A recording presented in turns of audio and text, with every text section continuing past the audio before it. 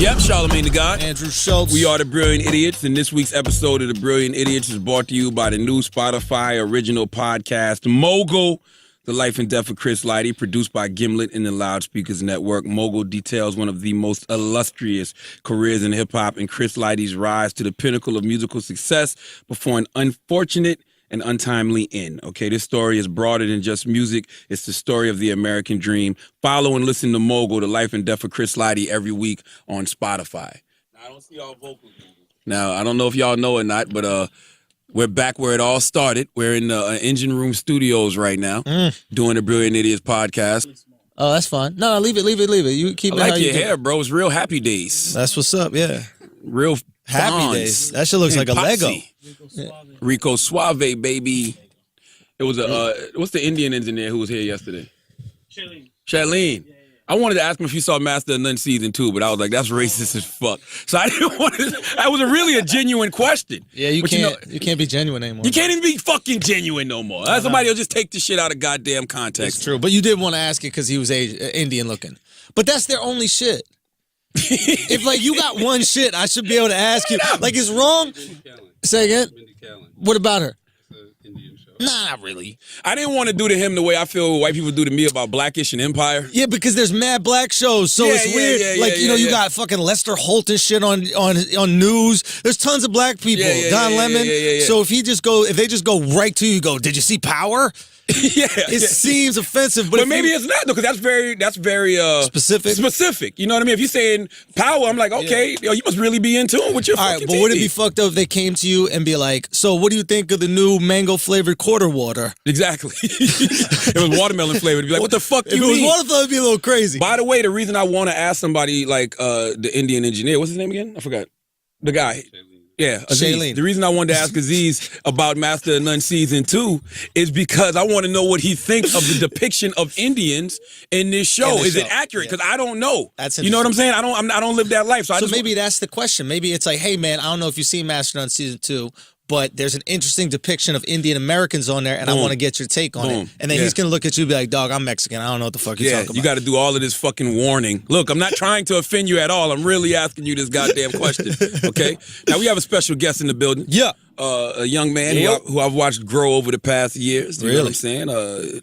He's very, very, he's new. He's different in the culture because I've never seen a personality like his in the culture as far as execution. Okay. You know, the way he uses YouTube and the digital space is new. Yeah. But my man DJ Akademiks is here. Okay. Yep. You know, Akademiks, I want you to feel comfortable. I'm always comfortable. Enough to talk. You know, I know you don't get to talk on Everyday Struggle. You know what I'm saying? All right. Hey, yo, let me get my words in, man. Hey, I'm here to let you have your voice, okay? We're going to listen. We're going to listen. We're going to not tell you to fuck off. Yeah, we're not here to sun you or try to sun you. No sunning. I'll tell you what you don't know. You're not a fuck boy here, okay? Yeah, you're not a fuck boy here. You're a great, proud Jamaican. No dick face. Okay? You have pride. You have power. You're a badass mother that don't take no shit from nobody. Hey, Drake got a better accent than you, man. Bro, that's the cool runnings Jamaican accent, bro. I only know cool runnings. Yo, Drake and Cali got a better accent than you, man. Yeah, but you know, Drake is Jamaican. Accent, though. Cali got a good Jamaican accent? Yeah, you gotta learn from him. You do realize Khaled is a mix of two people? Who? Khaled has co-opted Fat Joe and Rick Ross's personality. Ooh. Yes, but for whatever reason, Khaled just did them better than them. But if you're ever around Fat Joe and you're ever around Rick Ross, even if you just follow Rick Ross on Snapchat, that's all Khaled. So, I mean, that's all. Khaled gets that from them. Well, you might be onto something because when you think about how delusional like Rick Ross seemed to be, Khaled kind of has that, which by the way, it propels success. But like he talks things into existence. Like, yo, this is what's going on. This is the best. The vocals come like it sounds kind of like. At what Ross. point are we gonna stop thinking those people are delusional and we're delusional for not thinking like that? Exactly. If that shit works, yes, and we're not doing it, aren't we the delusional ones? Absolutely. Listen, aren't we the stupid ones? Like, what's the Steve Jobs quote? Wear the same shirt every day. What is it? I want to. I don't listen. I'm going to. I like how you said like this one Steve Jobs quote. Yo, get yourself a turtleneck and grind. Exactly. Right? Hold on, you know the one I'm talking about though. Hold on. Fuck Windows is all about the Mac. Fuck Windows is all about the Mac. Windows is all about the Mac. In the world of the blind, the what was the little thing you said? The man with one eye's king. In the land of the blind, the man with one eye is king. Oh, no, yeah. The ones who are crazy enough to think that they can change the world are the ones who do. Respect. That's it. That's true. That's the reason why I knew Ross would succeed, but Khaled got that same type of thing, except his shit is on another level.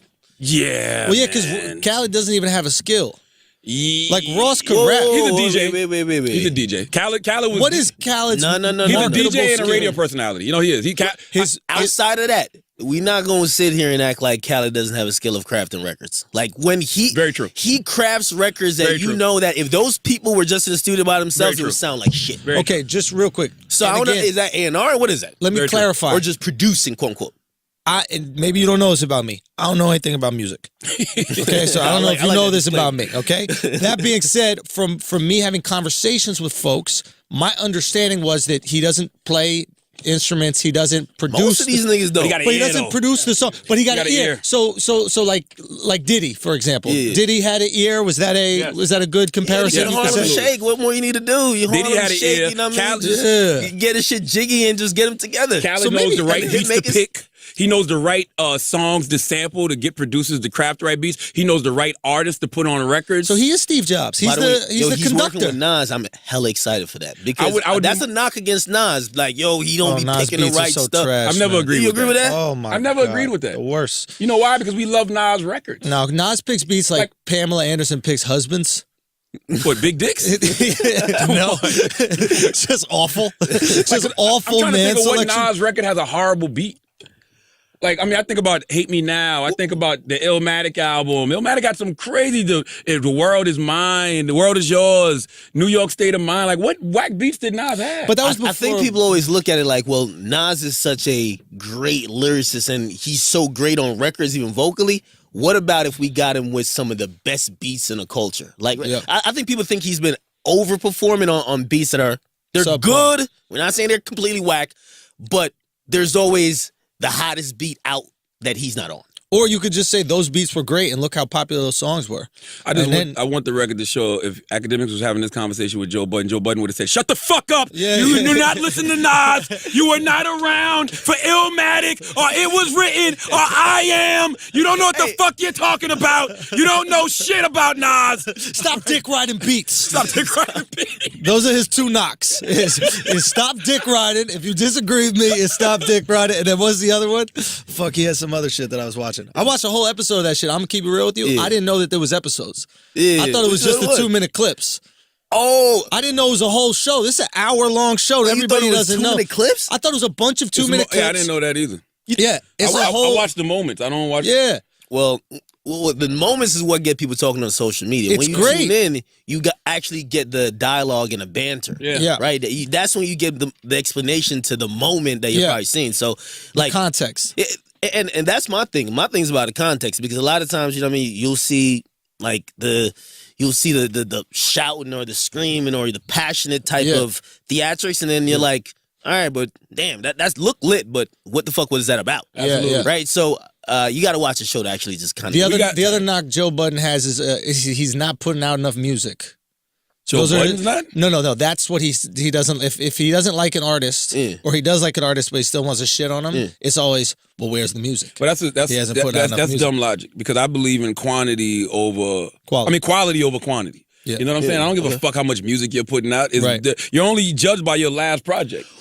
Well, I think with that though, right? You see when you hear certain artists, and there are certain artists that when you talk about them, you seem like we don't talk about the music. I think he is from a school, and again, I understand, like, now we're tuned into an artist's entire life. Yeah. So who you dating? I mean, what the fuck you got arrested for? Yeah. Shit, what you bought at the fucking gas station, convenience store. Like, we tune into everything. So when he sees stuff like that, he probably like, yo, why are we talking about this opposed to the music? He's from a different era, though. You're right. I'm from the same era Budden is from, but I feel like Budden doesn't understand we created that. And what I mean by when we created that, we are the people who wanted to see people live their raps. You know what I'm saying? Like, you couldn't just rap about it. We had to see you doing it. Yep. Like, you had to really be courtside at the games. If you said you was courtside at the games, Yeah. you really had to be busting your gun. If you said you was busting your gun, you really had to be fucking the baddest chick. That's some of the dumbest shit now. Like, that's some of the dumbest shit, yo. Before Instagram, before social media, we didn't have to see you doing those things. We could assume. But now, since there is Instagram, it's like, well, where's the pictures of the money? Word you up. say you got all this money, show us the pictures. We need you to prove that shit. Do you know how many rappers were participating in the Bow Wow challenge before Bow Wow? Like, everybody getting on Bow Wow for fronting. 90% of you motherfuckers fronted all through the 90s, all through the 2000s. If you weren't fronting about being a thug, you were fronting about being rich. I remember watching documentaries about rap like in the 80s when it just started. People were just, it was fake it till you make it. Niggas rapping about having color TVs. They ain't had shit. You know what I mean? Niggas still watching black and white. Color TV. Yeah, Man, like, color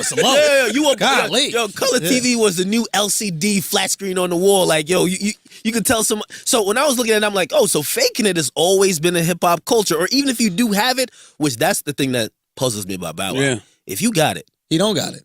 No. He ain't broke. Bow Wow's not broke, but he ain't flying private. But that's what I'm saying, right? It ain't hard to fly private. They got like a Uber private jet. Yeah, they do. But you know who does that shit? Yo, I was talking to Google my boy Duval. who did. Yo, you Duval could get a does seat. it, but so does Tom Brady. Like, Tom Brady don't even have a private plane. He does it. It's called NestJet, I think. I don't blame him. Yeah, NestJet. And that shit is expensive, yo.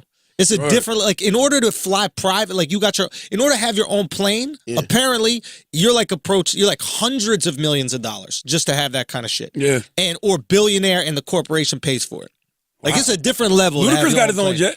I don't know if he do. Nah, he got his own. He has his own. Ludacris don't even have his own timeshare with a jet, or does he own the jet? No, I mean, I don't know. That's the thing, exactly. It's a timeshare shit. It's Because Bow Wow challenge. Wayne, right? Like, Wayne, the jet company came back around with Wayne, like, yo, you used to be flying us all the time. You ain't pay us even now. Like, Wayne owe bills and shit like that.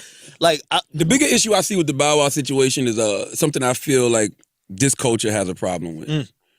When is enough enough? And what I mean by that is, Bow Wow, you're flying to New York City to promote a TV show that you not only star in, you're the executive producer of. You won. I'm sure the network got you in first class. Like, is that not balling? No.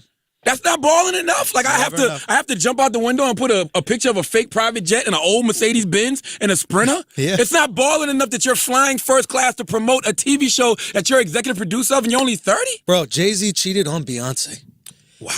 Think about and that. didn't even Instagram it. Bro, that was the worst Bow Wow challenge ever. Yo, put it like this. Yo, we all hope we never experience this, but you got to imagine, when you got it, you got it. So you're living one lifestyle then. Yeah. But when you got to downgrade, now you ain't flying private, you just first class. Yeah. Maybe you in coach. I told Bow Wow. How do you adjust? And especially when people are watching you and they're so invested in your life, they know when you not getting the latest shit. Like, yo, is that an iPhone? What the fuck? Is that not the latest shit? Bow Wow you falling off, so you got to, should you keep the image, or should you just be honest and be like, yo, I'm flying fucking Delta. But this is the thing about Akademiks is interesting when people listen to him. You never get a chance to hear him. No, it's very interesting. You're interesting. Listen, bro. And I know it's got to be frustrating for him because, I said Bow Wow. Akademiks.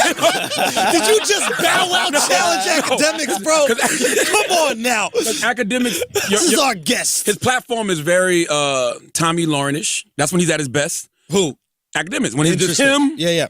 And he's talking, and he's being a cultural critic, and he's critiquing the culture. Yeah. So it's got to be like kind of frustrating to be going back and forth with somebody. Well, because you're used to getting your thoughts out completely. No, that's true. Like I've never been like it's a huge adjustment factor for me. I've never been in a situation where like usually I say my opinion, and even times I do streams and I'll take calls from like people. It's kind of like digital radio almost. Sure.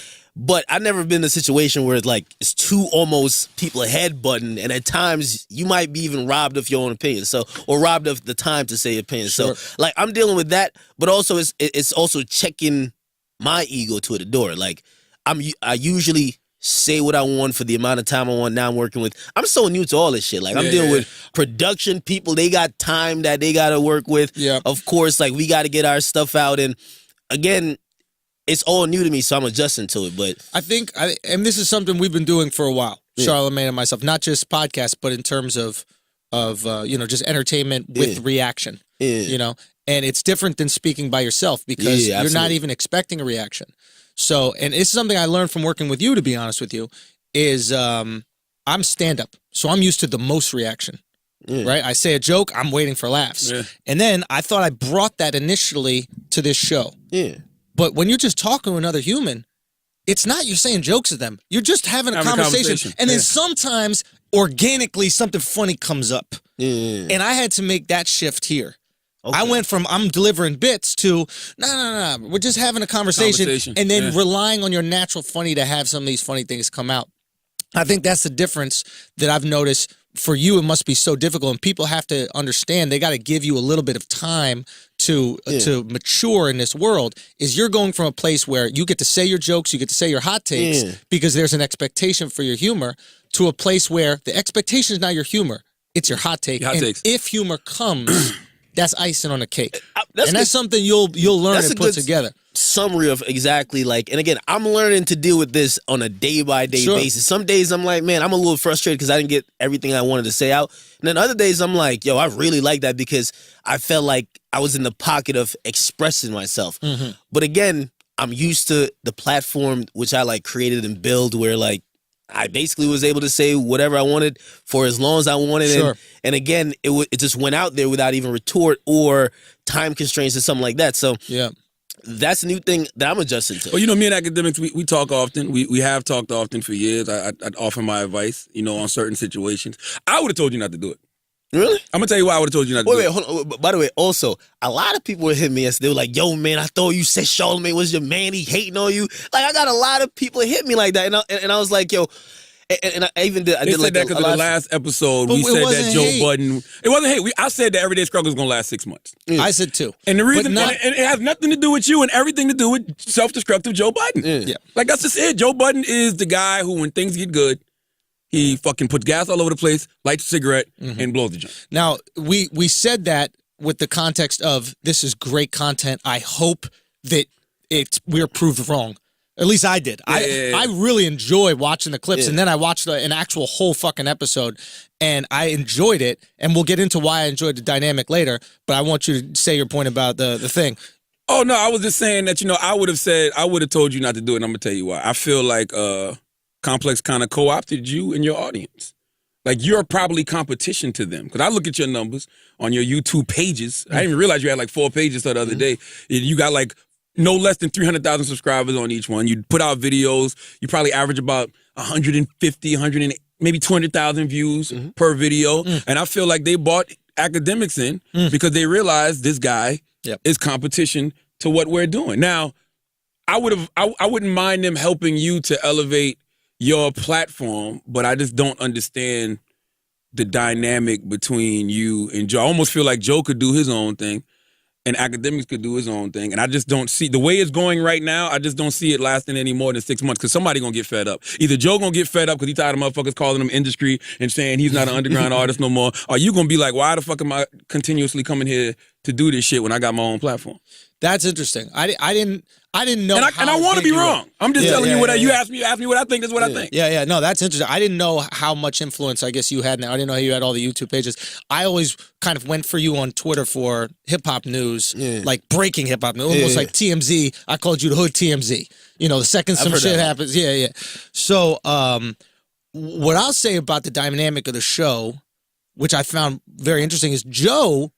And I was watching this whole episode. Joe is incredibly interesting. And always has been. Always has been. Whether it's rap. Joe used to do radio. Like people don't remember. Joe used to do morning radio. No, he used to do morning radio. I was a child in like middle school or something like that. Listen to morning radio. Yo, Joe was on hot. Joe is excellent, dude. I'm watching this and I'm like, he's excellent. And he's I find like him a year though. Maybe it was a year, but again, you know, a year and then it fell apart, right? So, but it's like fuck out of Dodge. But there's probably some deep-rooted insecurity or fear of success, maybe fear of failure. Maybe you run away before you can fail. You make it explode before you can because you don't deep down think you deserve it. Who knows what the fucking thing was? But I'm watching. I'm like, this guy is a very good rapper in terms of bars. No one can take away his bars, but his skill at being interesting, I think, is greater than his skill at rap. I'm very intrigued by what's going on. Very amazing rapper. Very amazing rapper. But he's very interesting. I'm watching very interesting, good takes. My concern with the dynamic is two people need to be listened to each other in order for them to feel comfortable speaking and validated speaking. And I've noticed it in times with us when I'm not listening well. It creates a kind of like a disruption between us, and maybe when Charlamagne is a listener, a disruption. When we're fucking killing it, it's when both of us are cued. What do you have to say? Oh, that's a good at boom, boom, boom. And I wish that there was more of that with you, so that you would feel more. I think that you would talk with more confidence in your points. And my greatest interview skill is the fact that I listen. Yeah. To the artist. I think Joe needs to give you more. Joe needs to listen more. Well, truth be told, I'll just the first point. When people were saying, yo, Charlamagne's hating, I'm like, yo, it sounded crazy to me. Yeah. Because I was even asking random people, like, even like my audience. No, I'm like, yo, I'm like, do y'all hear yourself? So I had to give him the history. I'm like, Charlamagne is someone who gave me advice at a time that he didn't need to give me advice. You know what I mean? He's someone who looked out. And he's always looked out, and he's always been the person that if I ever need advice or stuff has happened that don't even involve me, and he's called me to just kind of give me the lesson in that. Be like, yo, see what I was talking about? This is a proof, right? So he's always been a good dude with me. You get me? So like when I heard that, I was like, obviously I could tell there's something I do believe in. We could get onto this. I think there's something with you and Joe though. I don't know what it is. Historically. There's something with you. There's something with you and Joe. I'll tell you exactly what it is. Wait. Dominican women. What? They're fighting over the Dominican women, okay? Charlamagne wants all the Dominican women to himself, and so does Joe. And it's a big fucking problem. No. All right? There's something, because I heard the comments or whatever, and I was like, I know his humor, and I said, and I told people, I'm like, yo, we've had personal conversations, right? Yeah. So I'm like, his humor didn't offend me because I know his humor. Yeah. I said, if anything, I was like, this is him foreseeing something with Joe or taking a jab at Joe. Now, again, wasn't a jab. Definitely wasn't a jab. What was it? What would you describe it as? And honestly, it was like, I'm a hook. It's just like anything. No. It's club punch. This is the thing, right? Whenever you're a cultural critic, which I feel like I am, I feel like Akademiks is, we critique the culture. Yeah. But whenever we critique something that people know we actually fuck with, or people that we may be affiliated with in some way, it's almost like, oh, he's hating. Like, no, I'm critiquing the culture. It's the same thing I would tell Akademiks. Same thing I would tell Joe. I talked to Joe last week on the phone. Right. Like this is the same kind of conversations I've had. And guess what? I'm sure that they have critique about the Breakfast Club or the podcast. Sure. And that's fine. I'm cool with it all. Like, just because people make it a bigger deal because there's a relationship. Absolutely. If you don't know an artist, it's like, oh, this is a fair critique. The second that you and that artist had a conversation once that went bad, immediately everything you say is discredited because you're bitter. Or something. Everyday Struggle is taking over the Breakfast Club. It's two different lanes. Completely. We do terrestrial radio. Y'all do online webisodes. And it's very hip-hop specific. Very hip-hop specific. They're not going to put Ryan Holiday. Exactly. Allison Williams isn't going to, Lena Dunham's not going to Everyday Struggle. Sure. So it's cool. And like I told somebody last week, we need all of these different spaces in hip-hop. I agree. Like, we don't need one outlet. Nobody needs to have a monopoly on this shit. Shit is getting specific, especially with the internet. You want a hip-hop-centric first take, which is what this show is. Brilliant idea. Because the audience has a desire for it. Yeah, and also speaking to like the chemistry. I agree with you. In the beginning, like the first week or two, like I didn't feel like we were almost listening and responding. And my whole thing coming from, again, I've never really done huge production. Well, not even that, but I've never done like this huge production type like show or whatever. I always care about the content, right? Yeah. So like I would watch the content and I'm like, yeah, people might like me, people like Joe, people might like Complex as a company, but I'm like, I don't believe that the content is where I would like it to be, right? So I really, and Talks Production, me and Joe, like my thing was trying to get the content to a place where, because I said, listen, beyond the screaming and 2-minute clips that you guys say you see, 9 months later, people are going to have to watch the episodes because those ain't going to last forever. It's like Love and Hip Hop. How many times you going to see a chick get slapped? Absolutely. How many times? Like at some point, you get desensitized. You're not even clicking. So you got to get people invested, and that's how I've done it. Like I built my platform over 5 years, so I'm like, we got to get the conversation right, and we have to get it to a place where we listen and respond to each other, and that when people watch the actual show, they're like, "Yo, you know what? This is a great discussion, great debate. I agree with him on here. I agree with him on here," and they come away with their own points, and that'll continue the narrative and the discussion of the show. So I've been working on that since the first week, and I'll give credit to production. How long y'all been out? A month? Yeah. Okay. I give credit to production, even Joe. I've always said with Joe's self-adjusts. Like, even some things I'll be like, yo, nah, I think I got to talk to him about it. Like, he kind of already knows. Like, so he adjusts himself. But even with, like, everyone else, like, I talk to him. I'm like, yo, I think this is what we need to do. And they react positively. It's not like they're like, because at first I was thrown off. I was like, I don't know what we doing here, but I feel like this is almost, and I've said it, like, publicly. I say, yo, this might be like Love and Hip Hop on some...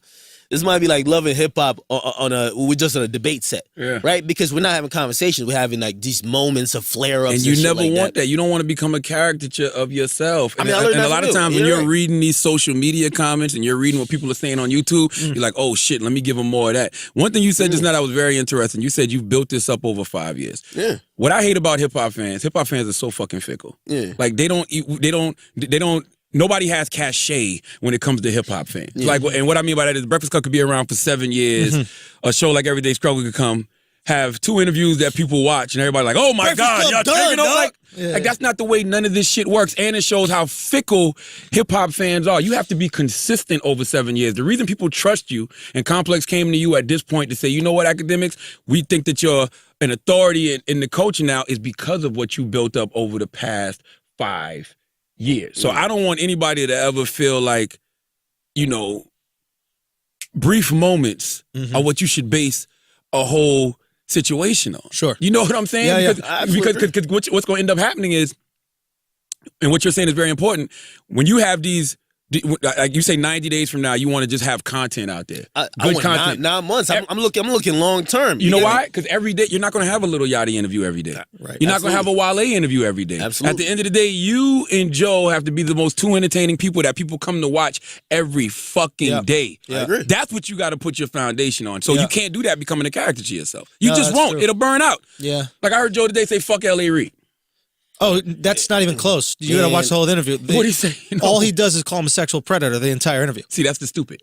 And you can't do that, Joe. Because Joe, you would hate that. If I called you this. a woman beater a whole interview, you'd be upset. Hey, I'm gonna just say, sexual predator. Because, truth be told, the whole interview, I watched the whole interview last night. I wanted to be prepared for you coming on. Yeah. And it was an interesting interview, but the whole interview, he's calling Ellie Reid a sexual predator. And then you were like, well, how old are the girls coming in? And he's like 18. And it's like, first of all, 18 up is legal. I don't care how old you are. You know what I mean? Well, here's the thing. There's grass on the infield. Yeah. Listen, again, with building rapport, right? And I guess, like, I'm not too sure if you guys were like friends before you guys did a podcast. Yeah, we knew each other Okay, before, so that's different, right? So I met Joe with Complex. Yeah. Right? So, like, I'm learning Joe. Like, you know what I mean? Of course, we've kicked it outside of even the work structure because you got to build rapport because it's all going to translate. If you guys really don't know each other, fuck with each other, it's going to translate on camera. So, like, we've been trying to build that rapport. But, like... You going to the pool party? Well, if Complex cut the check, I'll probably be there just showing up. But, really? Yeah, I mean... Oh, they got to pay you to go to Joe's pool party? Well, supposedly they might be. Oh, they want to do the show from the pool party. They might be doing something like that. Oh, okay, gotcha. So if they're in there, now if it's just Joe, I'll go support Joe. But if Complex gets, I wouldn't go into that environment because you got to think you're gonna be with Rory, Mal, Official Ice, all these people that want to probably be in your spot will jump you. Oh, they're gonna hate you. I've met one of them before. I met Rory. He's a white guy. Right? They're not hard to tell apart. I fuck with Rory, man. I like Rory. Yeah. He seems cool. Rory's cool, man. I don't know, man. I like Rory. Why? What's up? Truth be told, like passive aggressiveness toward Akademiks from Rory. Really? Yeah. On what? What happened? Just you don't listen to the pod. You don't listen to the Joe Budden podcast. That was a little wild. You don't listen to that. They had the best name for a podcast and they got rid of it. I'll name this podcast later. It was brilliant. I listened to the podcast the week off when we debut, but I don't like. That's never been in my list. I don't think they respect you. I've talked to guys like B. Dot from Rap Radar and Epic Records, and I don't think they respect you. They don't feel like you're an authority on the culture. They're like, what have you done to be able to have an opinion? Which is stupid. Respect is earned, dog. Don't worry about that shit right now. I mean, truth be told, I mean, I don't give a fuck about what they. That's the attitude. Listen. If they built up the audience and if the audience had respected their opinion like they respected mine, they would be in the same position. So, absolutely. You hear that, Rory? No, I ain't taking no shots. I ain't taking no shots. I ain't taking no shots. But when I take shots, man, that's the other thing. You gotta sit down in your shit. No. You gotta watch how Trump does it. Are you the real Dundada? Yo, the baddest Jamaican on the internet. Real talk. Now, when I look at Are you a coke? Come on, you be when I like look Joe at Budden now. when I look like, are y'all trying to Joe me in his face? Hey yo, but on some real, like when I look at just the media landscape, I've never competed with any radio personality or internet personality. I've just done my own thing. So like now I got my own platform. I don't think about anything they say because. Other than like y'all asking me, I've never had like an opinion on them. If they're all great, Like, if I always say the fans will do the ultimate talking. If you're talented, if you're knowledgeable, they decide. I can't listen. If you want me to show you I brought I ain't gonna be doing that. If the fans have decided, you got to get it up with the fans. That's a fact. And also, I might not be the authority on your hip hop because a lot of people are dated, and that's the reason why I'm here, right? A lot of my supporters, they fuck with me for the new wave that a lot of people, like Joe, they discredit. They don't fuck with. Those are fuck boys. But I told you that's your strength. There needs to be a voice that represents those people. I agree. Again, if anybody has, that's why I don't like. I don't even hear those type of conversations because number one, I don't put myself. It's funny, and I was telling like even the people at Complex, I'm like, they be mentioning all these like. Industry people, I'm like, I literally know like 5 people. You don't have to. And I'm like, yo, I'm like, Charlamagne was the first, I guess, are you industry? The first industry person I know. Yeah. I'm like Joe is like second or third or fourth. Yeah. And I know like one more, that's it. Like, I don't care to know. I don't want to be around y'all circles. I don't need to be cool with y'all. I have my audience, and I've always remained loyal to my audience. I only cater to my audience. You're the Anything little else, Yachty of the industry. Yeah, I'll be the outcast. I don't want to be the poster child of whack niggas though. Okay, but, you are the Rory. the Rory. Rory feels that way. What do you mean? He feels like Akademiks the poster child for like he said he was tweeting about it. He was What'd like he say? he was basically trying to say like guys like he didn't say his name, but he was like Akademiks rep for the guys who don't leave the house, who stayed in the basement. I didn't know Rory's all salty like this. Hey, a little bit. I don't like this, You Rory. think it's salt? I think it's a little salt, Little man. Yeah. No. Well, to All that I point, see is Rory posting Throwback Thursdays. no. When I used to be a jogger or How do something. we know Rory's not Dominican? Oh, like Drewski? Yeah. How do we know Rory's These not light-skinned You sure Rory not Dominicans coming Spanish? out here. Yo, to that point though, like we had Wale up there, right? Mm-hmm. I don't know. I guess maybe I'm not like again. Maybe I'm just new hip hop guy or whatever. But like Wale was up there and he said, "Yo, let me tell you something, son. And back in high school, I was the guy who was the running back. I got all the bitches. I did this, and the whole time he was telling me, he was like, "Yo, you was a loser." And I was like, that's not no diss no more. Like that's the new people who are popping. None of them were cool. Being the You nerd is can't cool. tell Like, me Uzi was I'm the with cool. you. Was I'm with Uzi the cool nigga in college? Was Yachty? Yachty said he lost his virginity last year. Salute to my nigga Yachty. That's my guy. Yeah. But yo, again, you don't have to be like the best thing I love about where hip hop is going. Yeah. And that's why I like to stay my lane. Yeah. Is that you don't have to pretend to be anything A you're street not. nigga, Yeah, like a yo, D-boy. I'm none of that. High school should not be the coolest part of your life. And Yo, if it is, you fell the fuck off. And you, You know what I'm saying? here's Like, the funny part about it: the people you're who the were cool bad in high guy school, from they every rom-com. fell off. No, Yo, I don't know mean that. anybody cool in high school who's popping out. Sure. Not one. I'm not gonna lie, I wasn't a loser in high school like you. You know what I mean? Were you the running back? This is a good question. Were you the though. running the back? basketball team, you know what I'm This is saying? a good question. What kind of guy were you in high school, Akademiks? Truthfully, that's why my name is Akademiks. I've always been really into my studies. Like, I really did not do much social shit. Yeah. So, you know what I mean? I wasn't, like, I When played you first soccer. get some pussy? Huh? When did you first get some pussy? Early. But I'm Jamaican. I was born in Jamaica. So when what I, happens? when, like, What's different about that? Jamaican niggas is fucking at 12, bro. Really? Are they fucking or getting molested? Yeah, are you getting diddled? All right, listen. Let's just You even sucked your teeth like a Jamaican just now. You heard that shit? Yo, you really getting molested? I thought you No, guys I were ain't get no fast. molested. Nah, Run. I'm not no. No. But what I'm saying, like in Jamaica, like 12 is the age where like you're getting popping. Yeah. But over here, I think I was like 17. Because of those dance moves. 17 in college. Yo, college was a new experience. Yo, I'm not gonna lie. It was cool. College was Daga. Yo, college was That's a what new those kids experience see. to me, They yo. try to fuck. Because when I went to college, Well, you like went to Rutgers, right? yeah, I went to Rutgers. Like Yeah. when I went to high school, I was like definitely the outcast nigga. You know why? Because everybody, I don't know what schools you guys went to, but like the people who were friends in high school, They went to elementary together. Like, they grew up together. Yeah. So you just get transplanted over here. They're like, yo, who the fuck is this guy? And you had an accent too?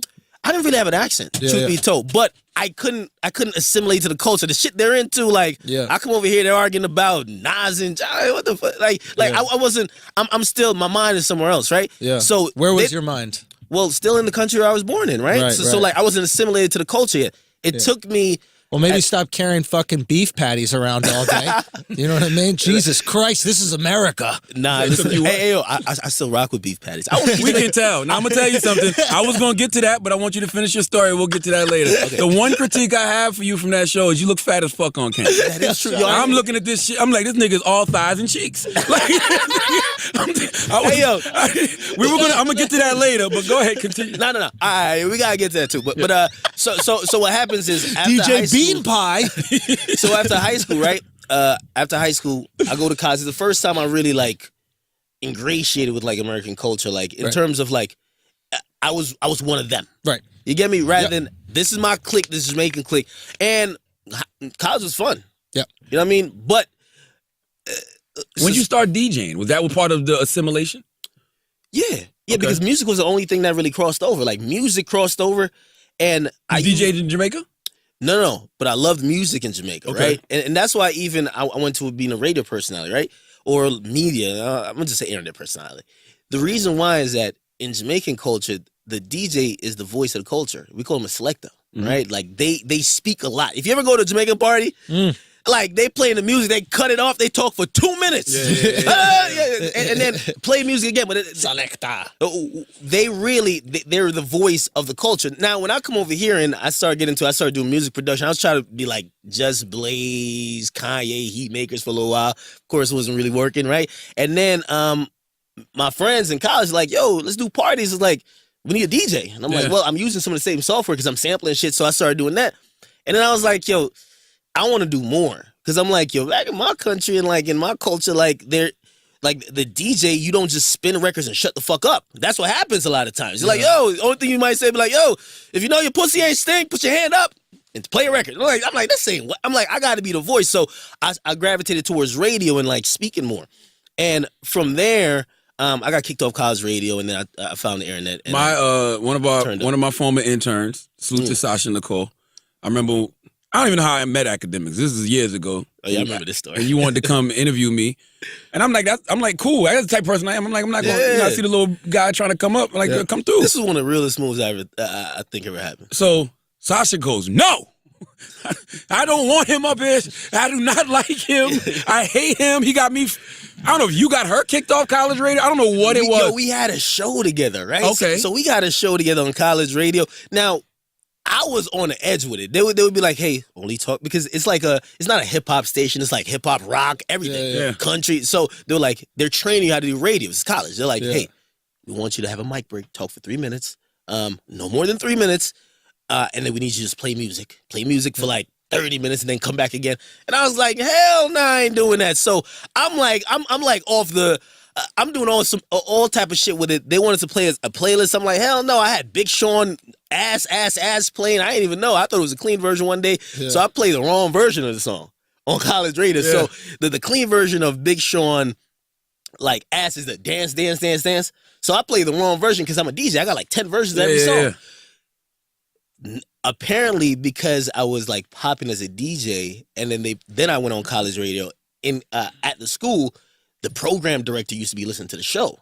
She was mad. So I had a show at like late night, some shit, but she was listening. Okay. She was like, I turned on the show and I hear the music being played and you're talking all wild and stuff. That's not what we trained you. So it was like my second warning, but I was on the show with Sasha Nicole. With Sasha that time, right? So basically, I remember we had a meeting and they were trying to kick me off of the radio. And I told them, I said, yo, she's new to this. I've been here for a while. And also I was kind of building my cachet online because I would just, everything I did on radio, I would put it to online. And then I realized, I'm like, yo, I'm kind of getting more views online with this stuff. Why am I on the radio, especially when they told us how many people was listening? I'm like, they're only giving us a mic in just a fucking room, right? Mm-hmm. So I was begging. I said, yo, don't kick her off. She's new. I'm good. You could ban me from the station, right? That was the last time I really saw her until the day with you. But I guess what happened is they kicked both of us off because we had a joint show. She didn't come in that day that did all that fuck shit. You feel me? So she blames it like I fucked she up definitely her chance. She said he's a fuck nigga. I don't want. She's Haitian too, by the way. No, but the funny thing about it, yo, so the time I met Charlemagne, right, and that's why I was telling people, I'm like, yo, I don't deal with anybody in the industry and like that, but I'm like, yo, I always give Charlemagne the credit of being just genuine, because yo, we met off Twitter. Like he used to, we used to go back and forth about stuff he said on the radio or like interviews or anything going on in the culture. And, and like he followed me and I started to do interviews and everybody was giving me the runaround. I would try to get like interviews and be like, yo, hit my manager. Okay, hit my agent. Hit that. It's like 20 different people. I hit him with a DM. He's like, yo, just come on. Real easy. So I went up there. And then I run into the chick who I used to have a show with. Sasha. I don't know we have any problem. Because the last time I saw her, she was in tears, and I was begging the program director to like kick me off. So what happens when you see her? She was cool. She was like, all right, let's go up, blah, blah. She was like, I know you've been wanting to interview him. Like you looked up to him and stuff like that. So I'm like, all right, cool. So I didn't know we had a problem. You're in the elevator, her. Yeah, she's cool, smiling. I didn't know we had no problem. Yeah, she definitely didn't like you. I don't know. No. The reason why I said it was a real move because as soon as we came to you, you put it out there. Like you didn't. Oh yeah, I don't play that. I don't like. Yeah, he can't keep anything in his head. It's too much. It just comes out immediately. But you gotta think about me, right? You gotta think about me. Like if somebody's like smiling your face and all that type of stuff, like you're thinking it's good because I really didn't know we had a problem. I thought she was on the radio still, right? Because I left the station thing. I'm doing my own thing now. So all right. So he says it, and then what happens? He says it. That's the first time I know. So we start kind of mediating the issue right there. I don't even know. I apologize to her. I'm not too sure if she took it. I'm not too sure. Again, you saw what she did before. But I thought it was such a real move to rather than, well, number one, he could have said. He does that shit selfishly. No. Don't let him think he's doing it for y'all. Let me tell you something. This is how Charlemagne works. I'm going to tell you some real shit. You ever seen like some potatoes boil? Yeah. And you know when the water's boiling, it starts to bubble and come over the brim? That's his constant state. I'm giving him credit.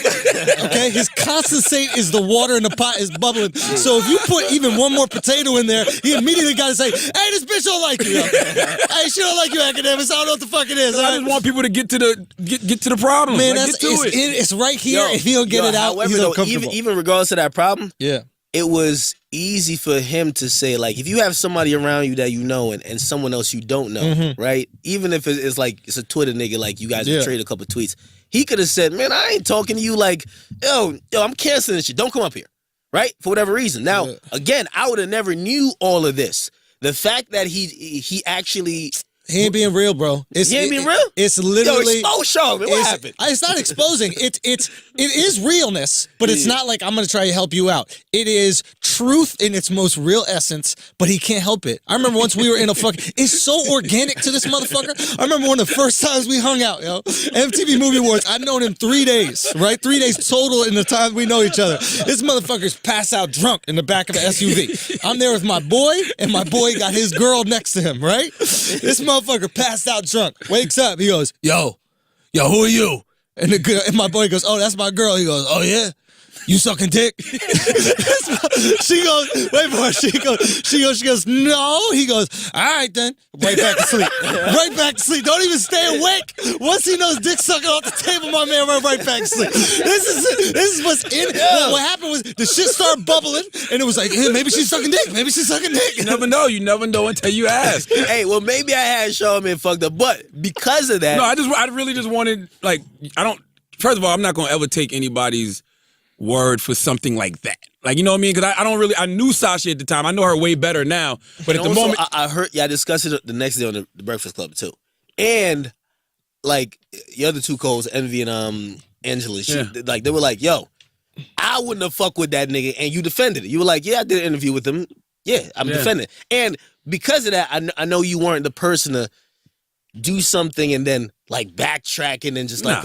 because that's what I've seen a lot of times. Like, you see one side of people, and then in another situation around other people, it's a different side. Absolutely. So, just based on you being transparent, and that's why even going back to, like, the comments, people like, yo, you say... I'm like, yo, whatever he said... Ultimate transparency. Whatever he said on the radio or a podcast, I know he would call me and say that to me. Yeah, absolutely. You get me? He would not... It's not something that he's saying in a slick way, and he would probably say in a more raw way to me. Like, he's giving me multiple advice, like, and advice that I've always said there's only a couple people that I could talk to, and even if like I have retort, I shut up and listen.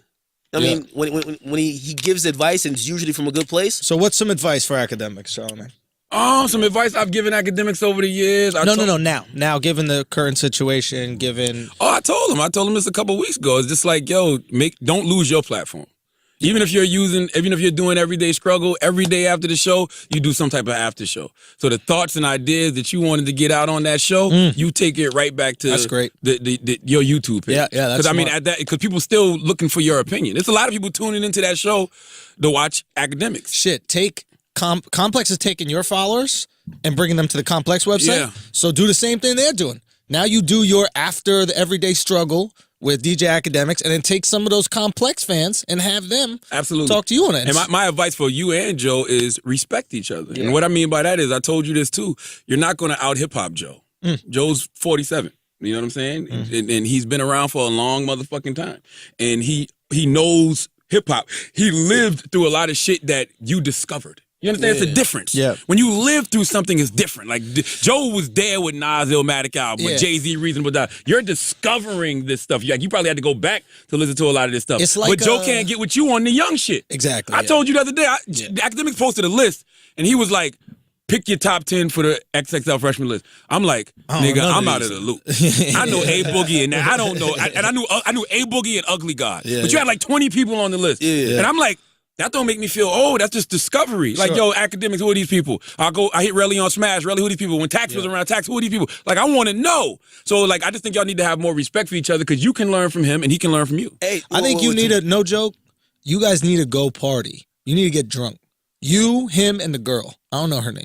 But you guys need to, what's her name? Nadeska. Ladeska? Nadeska. I don't know her name. Is it Nadeska? The girl on the show? She the one who narrates it. Bro, he only watches the clips. I only watch the clips. No, she's actually very good, the girl. She's very professional. She just MTV, I believe. Yeah. I don't know. No, I don't think she ever at MTV. I do know think she used to work on the Hottest MC joint with Sway. Anyway, Nadeska. I wasn't there then. So the three of you guys need to go out, just get drunk. No people around. Just go to a small dive bar or some shit and get loose and just get comfortable with each other, and then see how you actually feel. In that environment where you know that there's an audience and people watching, we often talk about on the show, it's like everything you say, you know that the internet, it's like the schoolyard where people are going, ooh, and it creates I don't know how to exactly say it, but it creates an interesting dynamic that is not conducive to friendship. It's conducive to competition. Competition's good, but you want to have mutual respect. You, right? Like, in a lot of cases, right? Me and Joe, we have very civil conversations outside of the show, like about even some of the same things, right? Like, just sometimes I believe with the atmosphere the show kind of creates, it doesn't kind of come across. Joe is very aware. It's an entertainment factor, right? Like, it's very entertaining. For some people, they love hearing. Like, I guess when you're talking hip hop, you can't just talk about like, should LeBron be MVP, right? Like how they doing like ESPN. So there's loud tempers, standing up, all that type of stuff. That's not true though. You can have a civil conversation. This is the problem. Joe's very aware of the cameras. He's very aware of social media, and he just hates your type. Like, that's the truth. That's why Joe it makes a good hates show, though. Akademiks type. He hates that internet. That's why it makes a good show. But right? you have to make sure that you protect your brand. That's my one concern. I love the show and I love the dynamic. It's kind of funny when he's, saying these things to you that are quite disparaging and condescending. That being said, you got to protect your brand. You can't be out there looking foolish, because that will tarnish your image. You know what I'm saying? You understand what I'm saying? No, I agree. And that's important. I've had conversations with everybody in between it, and just saying like, hey, listen, even certain cuts going out, and I'm like, hey, listen, y'all got to let me know if we're on the same page. Like, you just need to throw a punch. No, you don't. You just need to throw one punch, bro. That's it. I've always said I don't care if there's a million cameras on. I never act out of character. Right. Like when the cameras go on or it's off, and that's what I've always said. I say to everyone, whatever I say to you in private, if it needs to go to public, because I'm usually the same person. I'm never like a different person, or I'm not like acting for the cameras.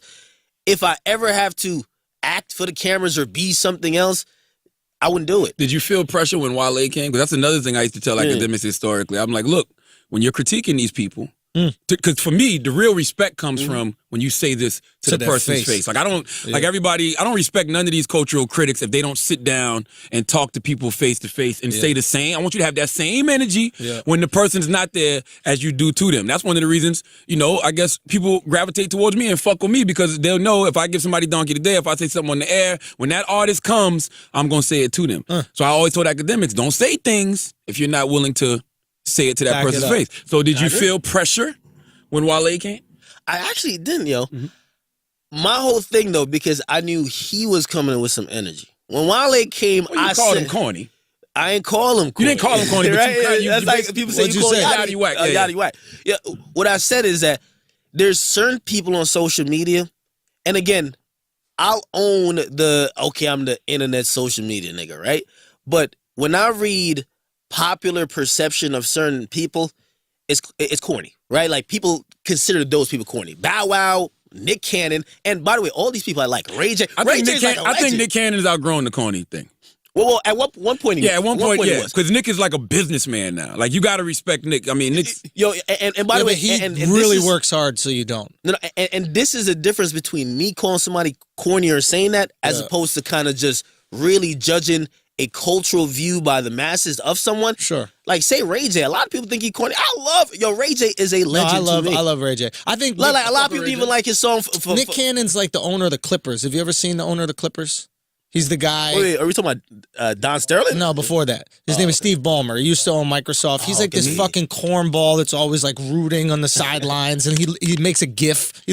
Every time he's going to be turned into a gif. That being said, he's a billionaire. So the motherfucker knows what he's doing. And the same thing is with Nick Cannon. Is like, everything he does, you're like, man, this is corny. Why are you wearing a fucking turban? Like, what the hell is going on? That being said, why are you doing a Chirac? I got to respect what's going on. But at the same time, your business is great, so I have to respect the business. So basically, I said that on the show because I was trying to figure out why people aren't flocking to Wale, or they're not connecting with him like I see the other top artists. It's not about the music, man. It's about the personality, like you said. People care about personality, man. So that's where I made the comment from, right? I see people like Drake. I think the top four right now, we got Drake, no order, Drake, J. Cole, Kendrick, and Big Sean. Right? I agree with that wholeheartedly. I think after there, the first tier is done. Now we're talking about second tiers. We could put Meeks and stuff. I don't know. We got to switch that up a little bit. Real quick, can we talk about first tier? Real quick. First tier. Yeah. You got to put Chance first tier now. Yeah, you got to put Chance first tier. I got no problem with that. You got to put Chance first tier. Actually, I had a problem with him calling new artists. But let's talk about first tier, right? And I think we need to talk about, and you brought this up earlier, about the importance of life. Like, the 360 deal that the record companies have now? We have a 360 deal with these artists. Yeah. You're not going to just make music for us, motherfucker. You're going to be entertaining. You're going to be thought-provoking. You're going to change government. You're going to, you know what I mean? You're going to date the right chick. So think about the top five you just mentioned. Drake fucked every damn famous girl that we know already. Drake is the last traditional rap superstar. And what I mean by that is he's the last guy that you'll see sitting courtside at the games, like really owning it, out with the bad R&B chick like Rihanna. Chance could do it, though. Drake is the last traditional rap superstar. Interesting. Yeah, these guys are Chance might own it in the future. Right now, it doesn't look like he would be doing some of the stuff Drake would do. But look at. So we know Drake had the girlfriends, jewelry. Drake even buys jewelry. None of those other guys buy jewelry. So let's check it out. Yeah. Jewelry. What is traditional rap? Jewelry, you got girlfriend. Big car. Courtside at the game. The game.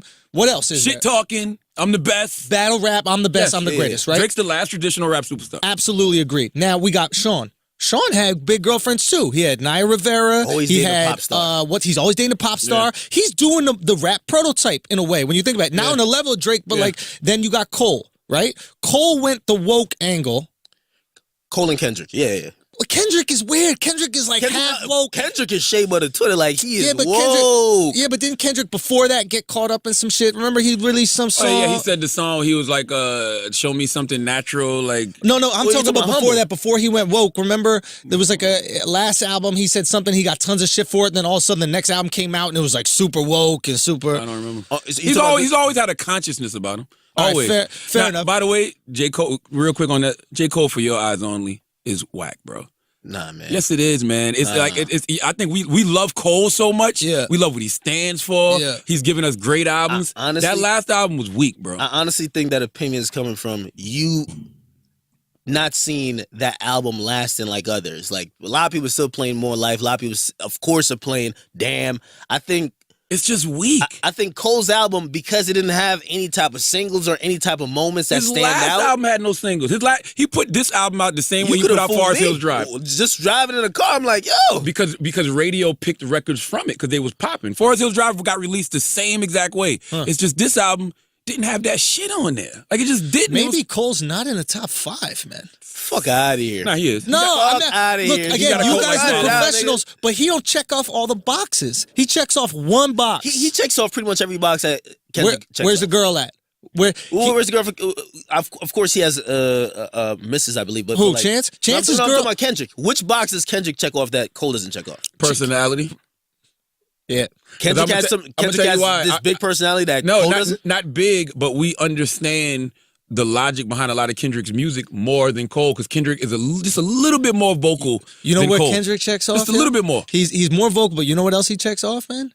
He checks off the gang box, even though he's not in it. Even though he's not in it. Even though he's not in it. Yo, that's not no box no more, man. That's not a box. No, we're talking about the Soulja Boy checked off the gang box. Nah, but Soulja Boy's like, you're not gonna say that Kendrick didn't grow up in a blood family, in a blood neighborhood. And does that matter though? Outside of the West Coast, does that really matter? We're talking about perception. Look, maybe to you guys it doesn't, but we're talking about perception, right? Like having the girlfriend, having these other things that prop you up past the music and the bars. Right, creating this personality. Like the fact Kendrick had the sneaker wear was one Crip, one Blood. You know, he's played into the gang thing. Let's not act like. I mean, by the way, Kendrick just makes better music than Cole. Fair enough, absolutely. Like, fair. He's the most talented of all of them in terms of rap. Here's a box that I believe Cole checks off. That maybe Drake checks off a little bit too, but Kendrick, J. Cole's music, I believe his fans has grown with him. Like all of Cole's fans from when he was doing a $1 in the Dream joint, they've grown with him. Cole's Scientology. Okay, but like that's what Cole is. It's like everybody else that isn't in the Church of Scientology is like, yo, this some bullshit, bro. What the fuck y'all like so much? But motherfuckers love Scientology. You do got a cult like following. Hey, because a lot of people call him. Some people call him the napkin Cole. They say he's boring, right? He put people to sleep. Bro. But his fans defend him vigorously. But his fans has I'm grown not gonna with him. lie, Academics. One day, all of us are going to be sitting here. We're going to talk about how 250,000 Cole fans just died after drinking some sippy cup shit. Nah, it's going to happen. All these motherfuckers going to kill themselves. I want everybody out there. I love Cole. I think Cole is really dope. Cole is definitely top tier. I always say he's one of the top 3, guys out right now. You really thought his album was whack? Yes, For Your Eyes Only is not hot, bro. Like it's even compared to his other albums and mixtapes, it's like, what is this? Like it's super boring. Like I'm talking about, like, if you ever like sniff a line of coke and just want to clean up the whole house. or smoke some indica and have a little downer and just like start scrubbing shit. Like that nigga make vacuum. That album is a vacuum. That's an album to vacuum to, bro. I'm serious. Like that shit. So he makes music for maids. Yes, that's what you're saying. Like it's hip hop elevator music. Like when you walk in a hotel. Okay. What I'm hearing you say though is that it didn't have moments. You're not saying it's whacking in terms of his overall quality. You're just saying it's just so.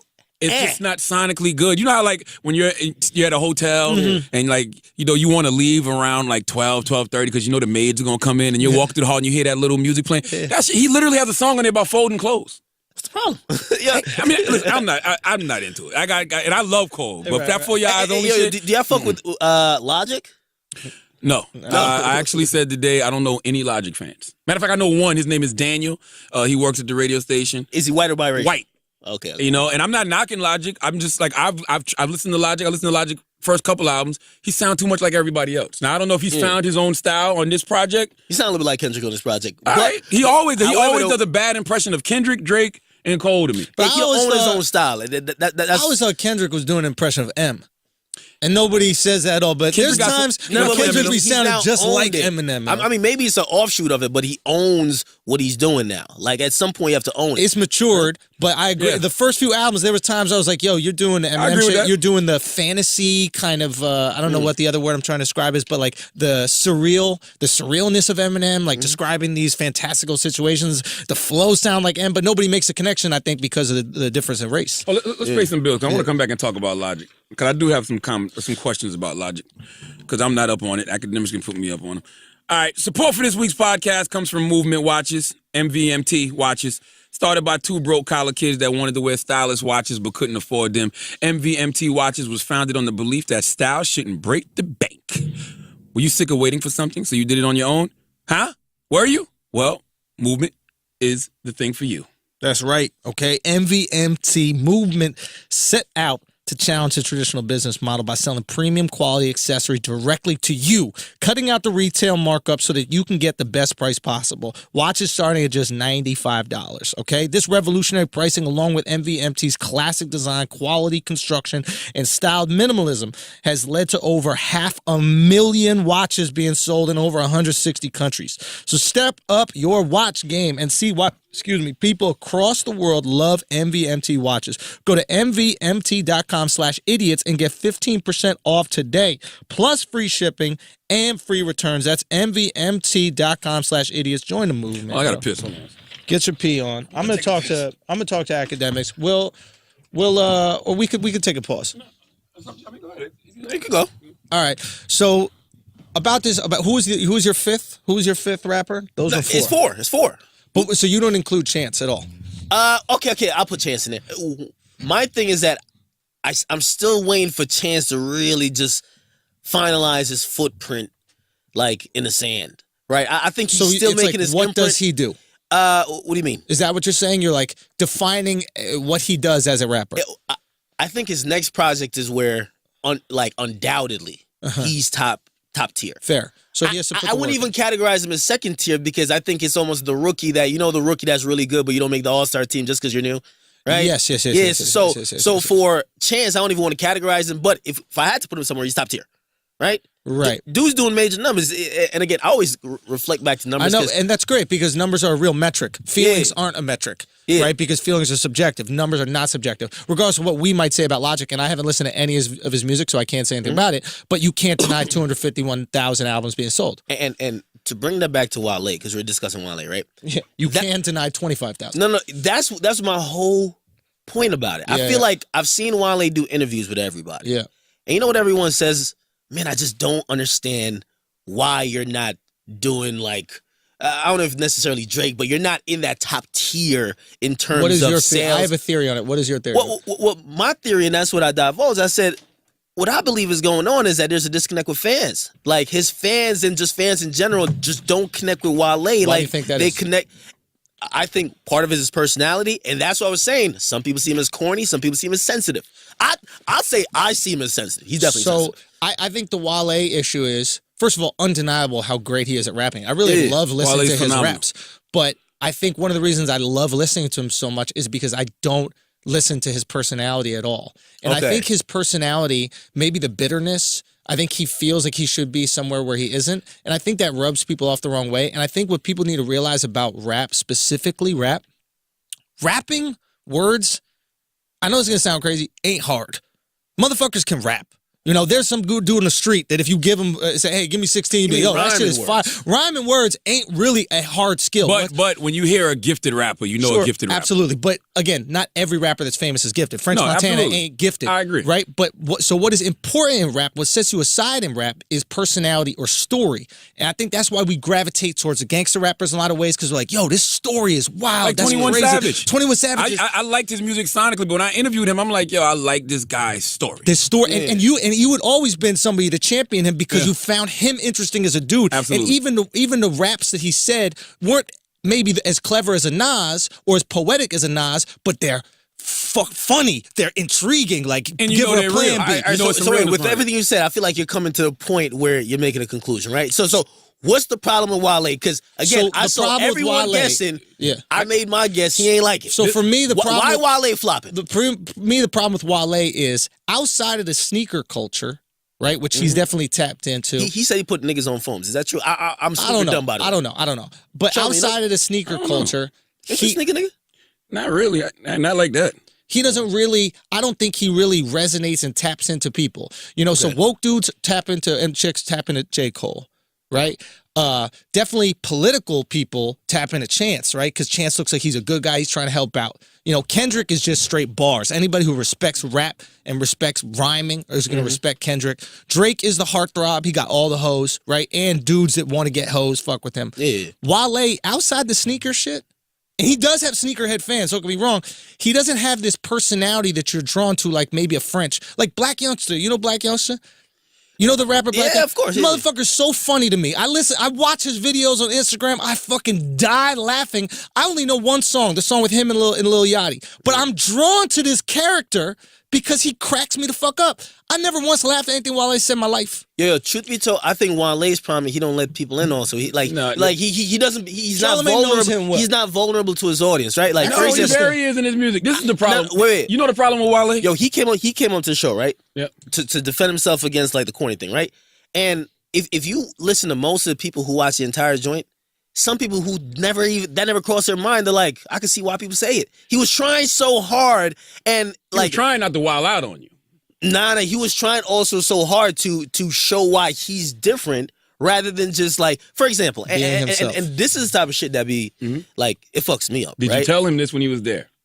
Of course. Okay. Well, I didn't say this to him because the whole time I'm wondering like why. Like when I asked him, I'm like, yo, so are you good with the numbers? And he's like, yeah, I'm fine with it because the people connect to it. And I was like, that's news to me. Like, when I first made my comments about Wale texted everybody in the building. Everybody texted me too.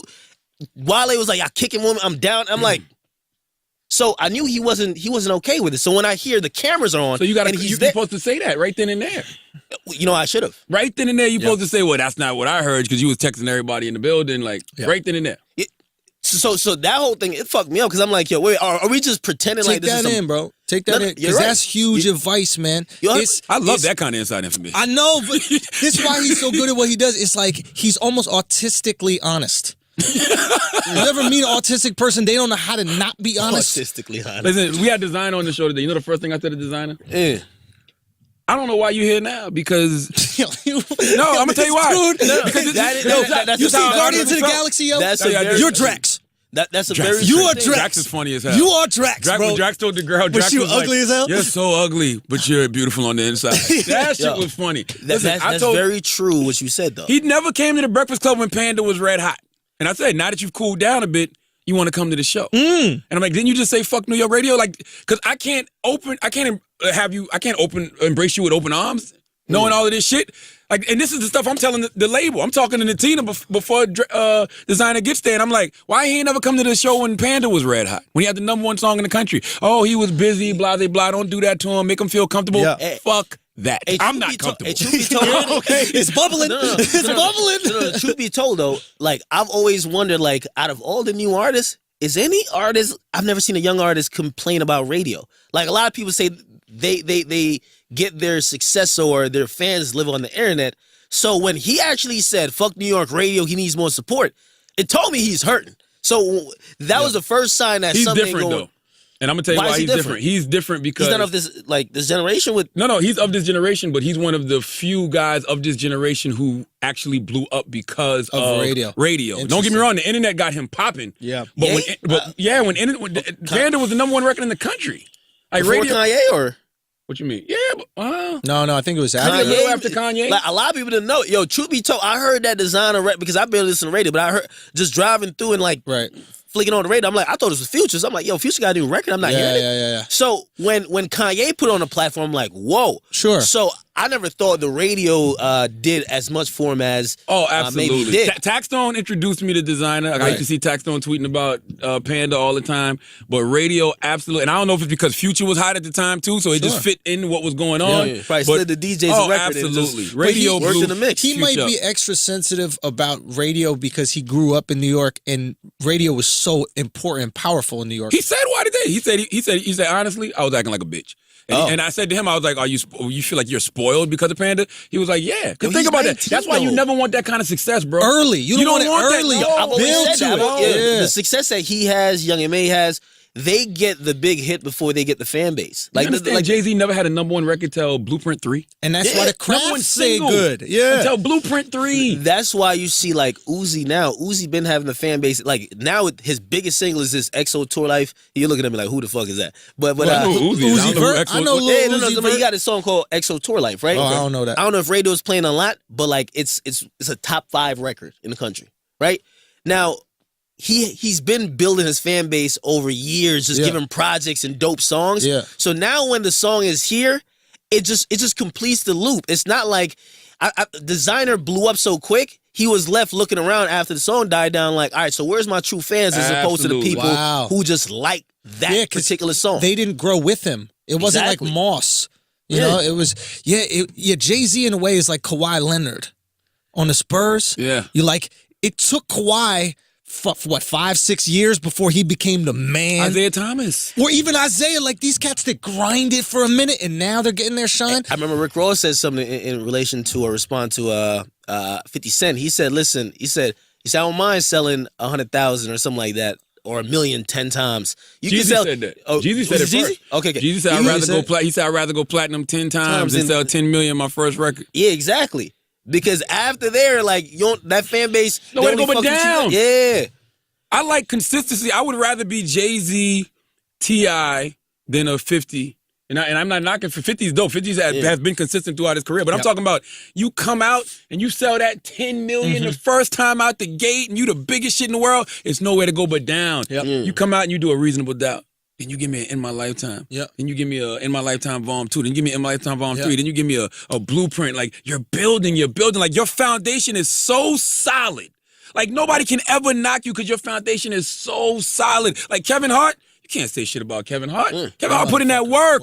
He put in that work. He got a solid foundation. I would much rather have that solid foundation and slowly bubble, and watch people watch the growth than just come out the gate booming. You know what it's kind of like? It's the difference between like Snapchat and Amazon.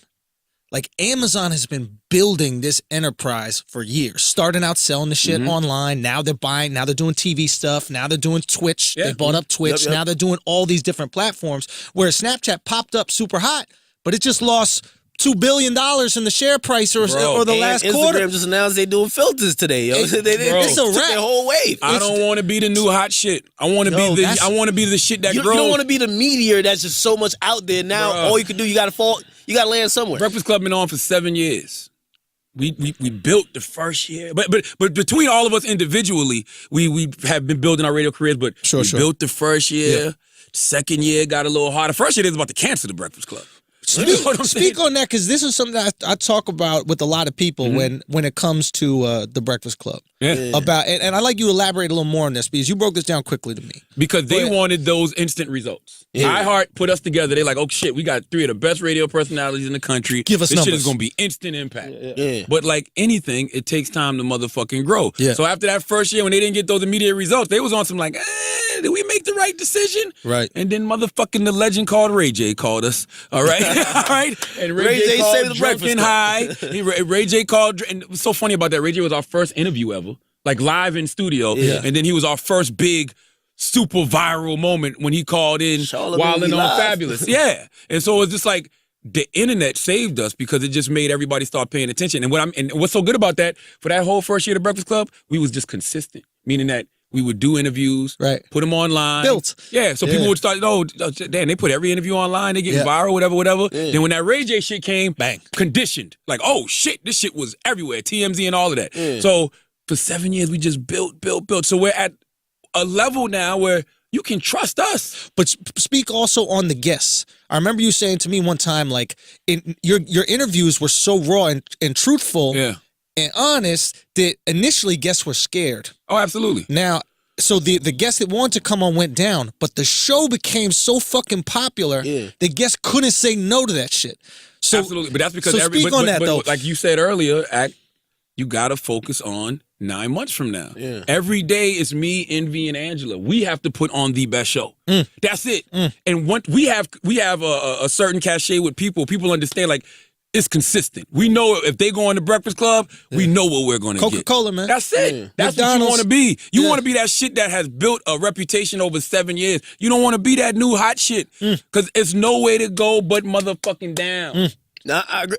And it's the same thing even with guests. Like you said it before too, right? Like if your show is built off guests, like you don't really have a show. You don't have a show. That's one thing. Me and Joe, like we were building. Okay, we had the Yachty and we had Wale, and those are the only two. But we're not like, okay, let's find the next guest for the next moment. We're trying to build. Your complex is like that though. Well, that's our job to be like, no, we're not doing that. Like, they've brought like, yo, what about this person? No, we ain't doing that. You get me? Like right now, we're focusing on the rapport here because once this gets to a level, like we're gonna have those. Yeah. Like you can't have a show built off the Yachty moments or the Wale moments. You got to have the show just built off great content. And you can't have moments built off fuck L.A. Reid either. Because that shit was hot. I'm gonna tell you what. Listen, I love history over there. Yo. I love Joe's. I mean, deep history with like, Joe in L.A. Yeah, I had to do my research. Joe wasn't there when L.A. was at that jam. Listen, L.A. was a predator towards Joe. You think L.A. tried to fuck Joe? I think L.A. might try. L.A. tried to do Joe the way Joe do Dominican homeless women. What? That's the thing. You didn't know Pump It Up was about L.A. Reid? What? L.A. Reid was pumping it down, bro. Pump up the penis. Joe's. This is the thing. I love Joe's take when he talked about L.A., but L.A. says it. He don't fuck with rap like that. So that's not really a hot take. You know what I mean? No, Joe's take was that he's spent more money than he's made. Dude, Joe his knowledge about the business is nuanced and very interesting for me. Like he's been in it forever. But what's great about it is he's been in it forever and he doesn't care about his future. That is a beautiful combination. It is. He's a jihadist. He's a jihadist. That motherfucker will run that plane into the building. Every time you finish your point, Joe basically just goes Allah Akbar and then just yells some shit out. I've had those moments though. Like even the L.A. Reid conversation, I was like, yo, all right. You can tell the difference, man. You care about your future, bro. But it's no reason. It's not even about caring about your future. It's no reason to say fuck L.A. Reid. You said what does fuck L.A. Reid mean? Bro, it's so unless you got some inside information you're not telling us. No, both of y'all are right? Like for me, I'm not gonna say more than what's necessary to say, just that someone could feel like, oh shit, he's turning up. He's the realest nigga. But for you, it right? Sounds real. You said fuck L.A. Reid. I'm gonna say fuck Babyface. When somebody hears a statement like, yo, L.A. Reid is a sexual predator. Man, that is the title. Fire. Nothing else what you say matters. You get me? Yeah. Now again, I had a Kanye moment. Remember when Kanye was with I can't remember the dude's name, and Kanye was like, yo, George Bush don't care about black people. Because when he said, I was like, whoa. I was like, where'd that come from? By the way, Joe Budden, I know you on the internet. You can still get sued.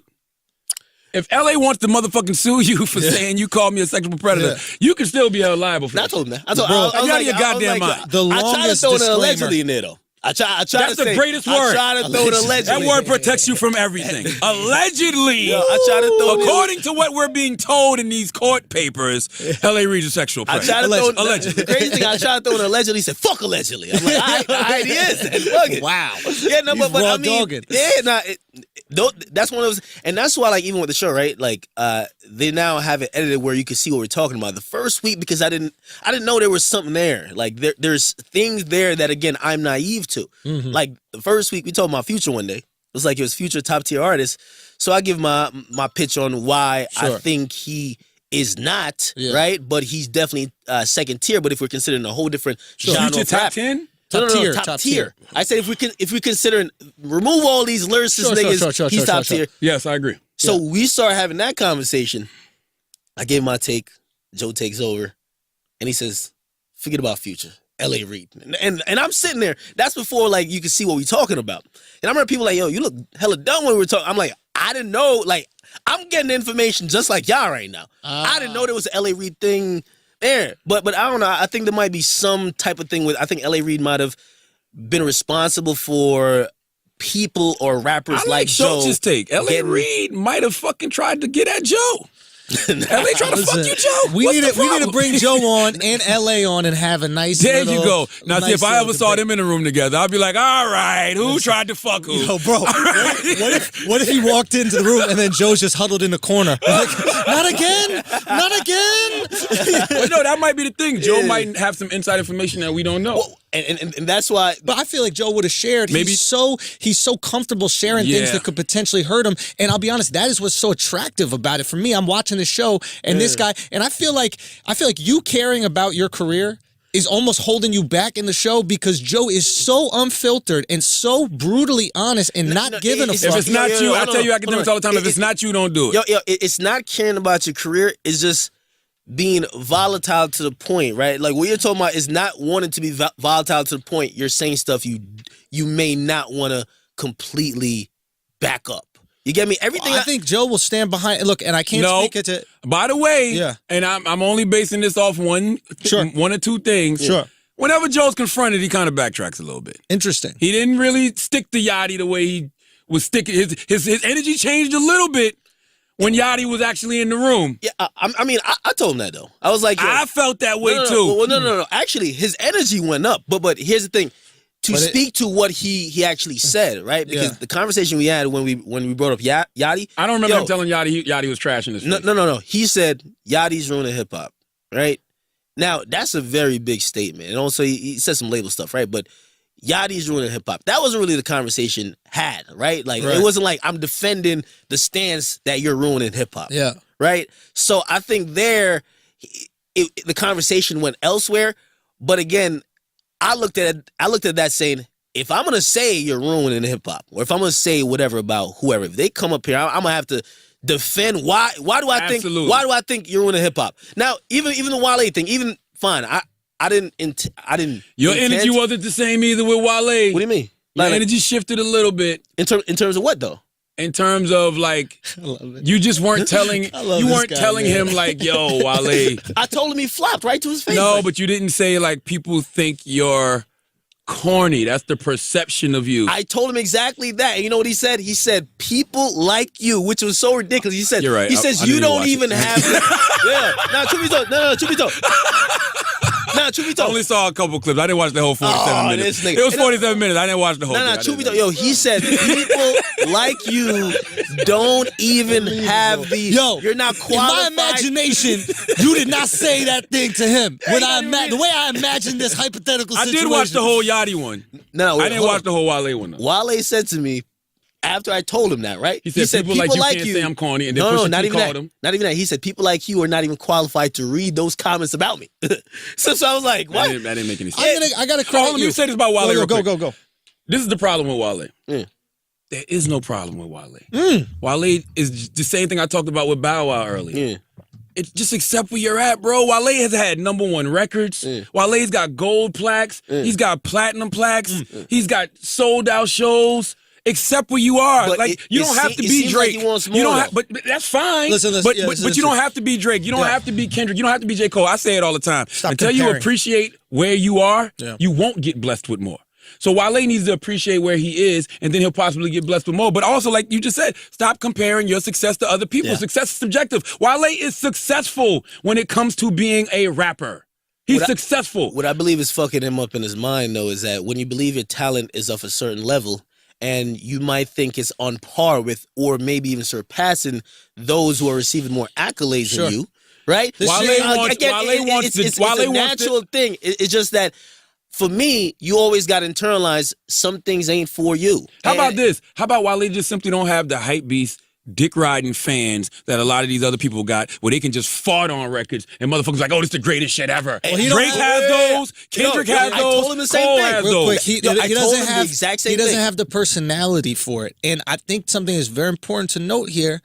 When people are unappreciative, that's ugly. and Wale looks unappreciative. Like Wale's living. Because you're shitting on your fans. There it is. Like when you act like this isn't enough, you're shitting on the fans you already have. When you act like this isn't enough, he's living some people's dream. Yes, Wale's living some people's dream. Like there's some SoundCloud rappers that would love to be popping like Wale. To be popping like Wale, and to see him be bitter and upset about that, like instead of being humble and gracious and appreciative of the 25,000 whoever, or appreciative of the fact that he gets to do sold out shows and motherfuckers fuck with him, instead of being appreciative of that, appreciation draws people to. This motherfucker wakes up every single day and I gotta read this annoying ass tweet, thank you God for another day of life. That's it. But there's some shit about, on some Absolutely. level, you know what I mean? There is some shit about that which is like, no matter how much of an asshole this dude, he's just thankful for the day. Hey, a statement that was said, and I remember when Joe said, I'm like, yo, you're, because I think him and Wale speak a good amount. I was like, yo, you're speaking for Wale.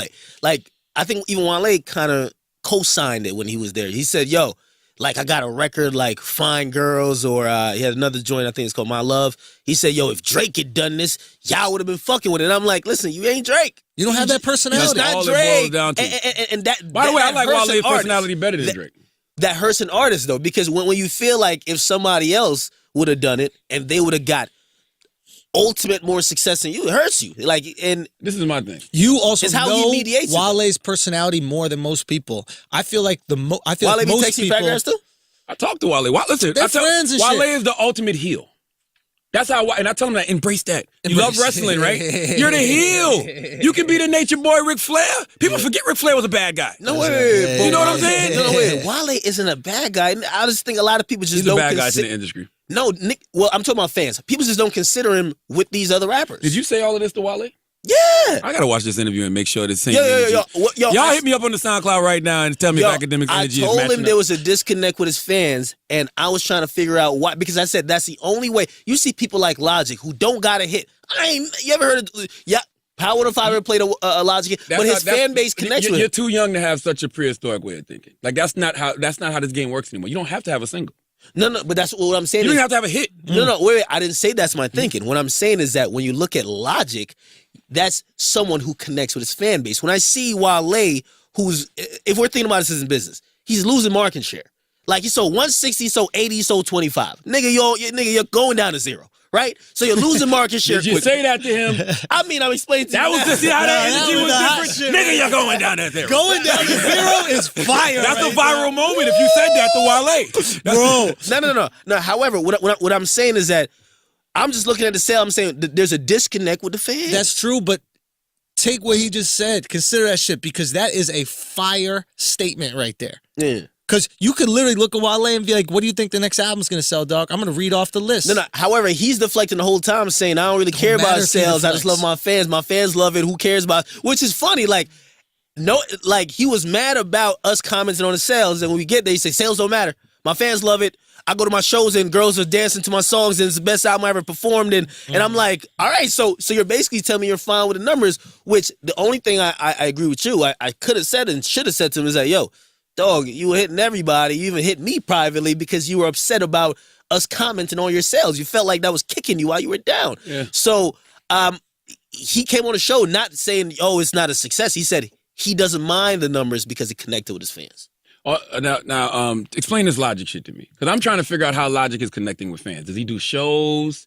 Is it social media? Like, what is it that makes 250,000 people go buy Logic shit? It's his message. Like, well, if you're not biracial or white, you might not be getting this message because, like, he's played on both sides of the fence. He's Black Lives Matter. He has a reversible shirt. Okay. Black Lives Matter, all lives matter. It just depends on what day and where he's at. You feel me? So he's also repping for a struggle that a lot of people don't identify with. He cannot survive wearing an all lives matter shirt.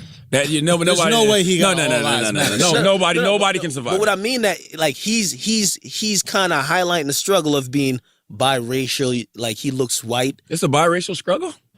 Well, if you listen to Logic album, what the fuck? If you listen to Logic album, and the whole thing is even based around where, like, he has this moment where he's talking to God, and basically it's showing that, or his concept was that we've lived as every other race and every other person. Like, a point God says to him, like, yo, last time you were here in life, you were Asian. You were an Asian woman. So it's kind of saying that that's illogical logic. I don't even know where the fuck you get that from. You know what? I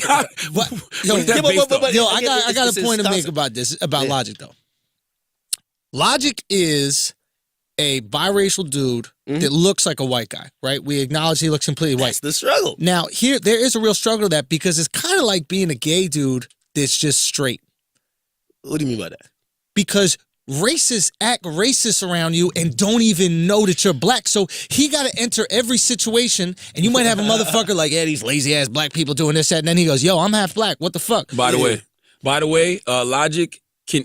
First of all, you can only have a biracial struggle if you look white.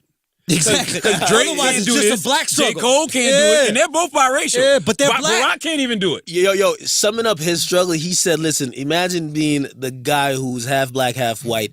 I get called the N-word, but I'm not allowed to even say it. Don't nobody call you no nigga, Logic. Well, that's according to him. That's the Matter of fact, that should be your next album, Nigga Logic. Hey, that's the struggle. Nigga Logic is when you blow into a Nintendo game.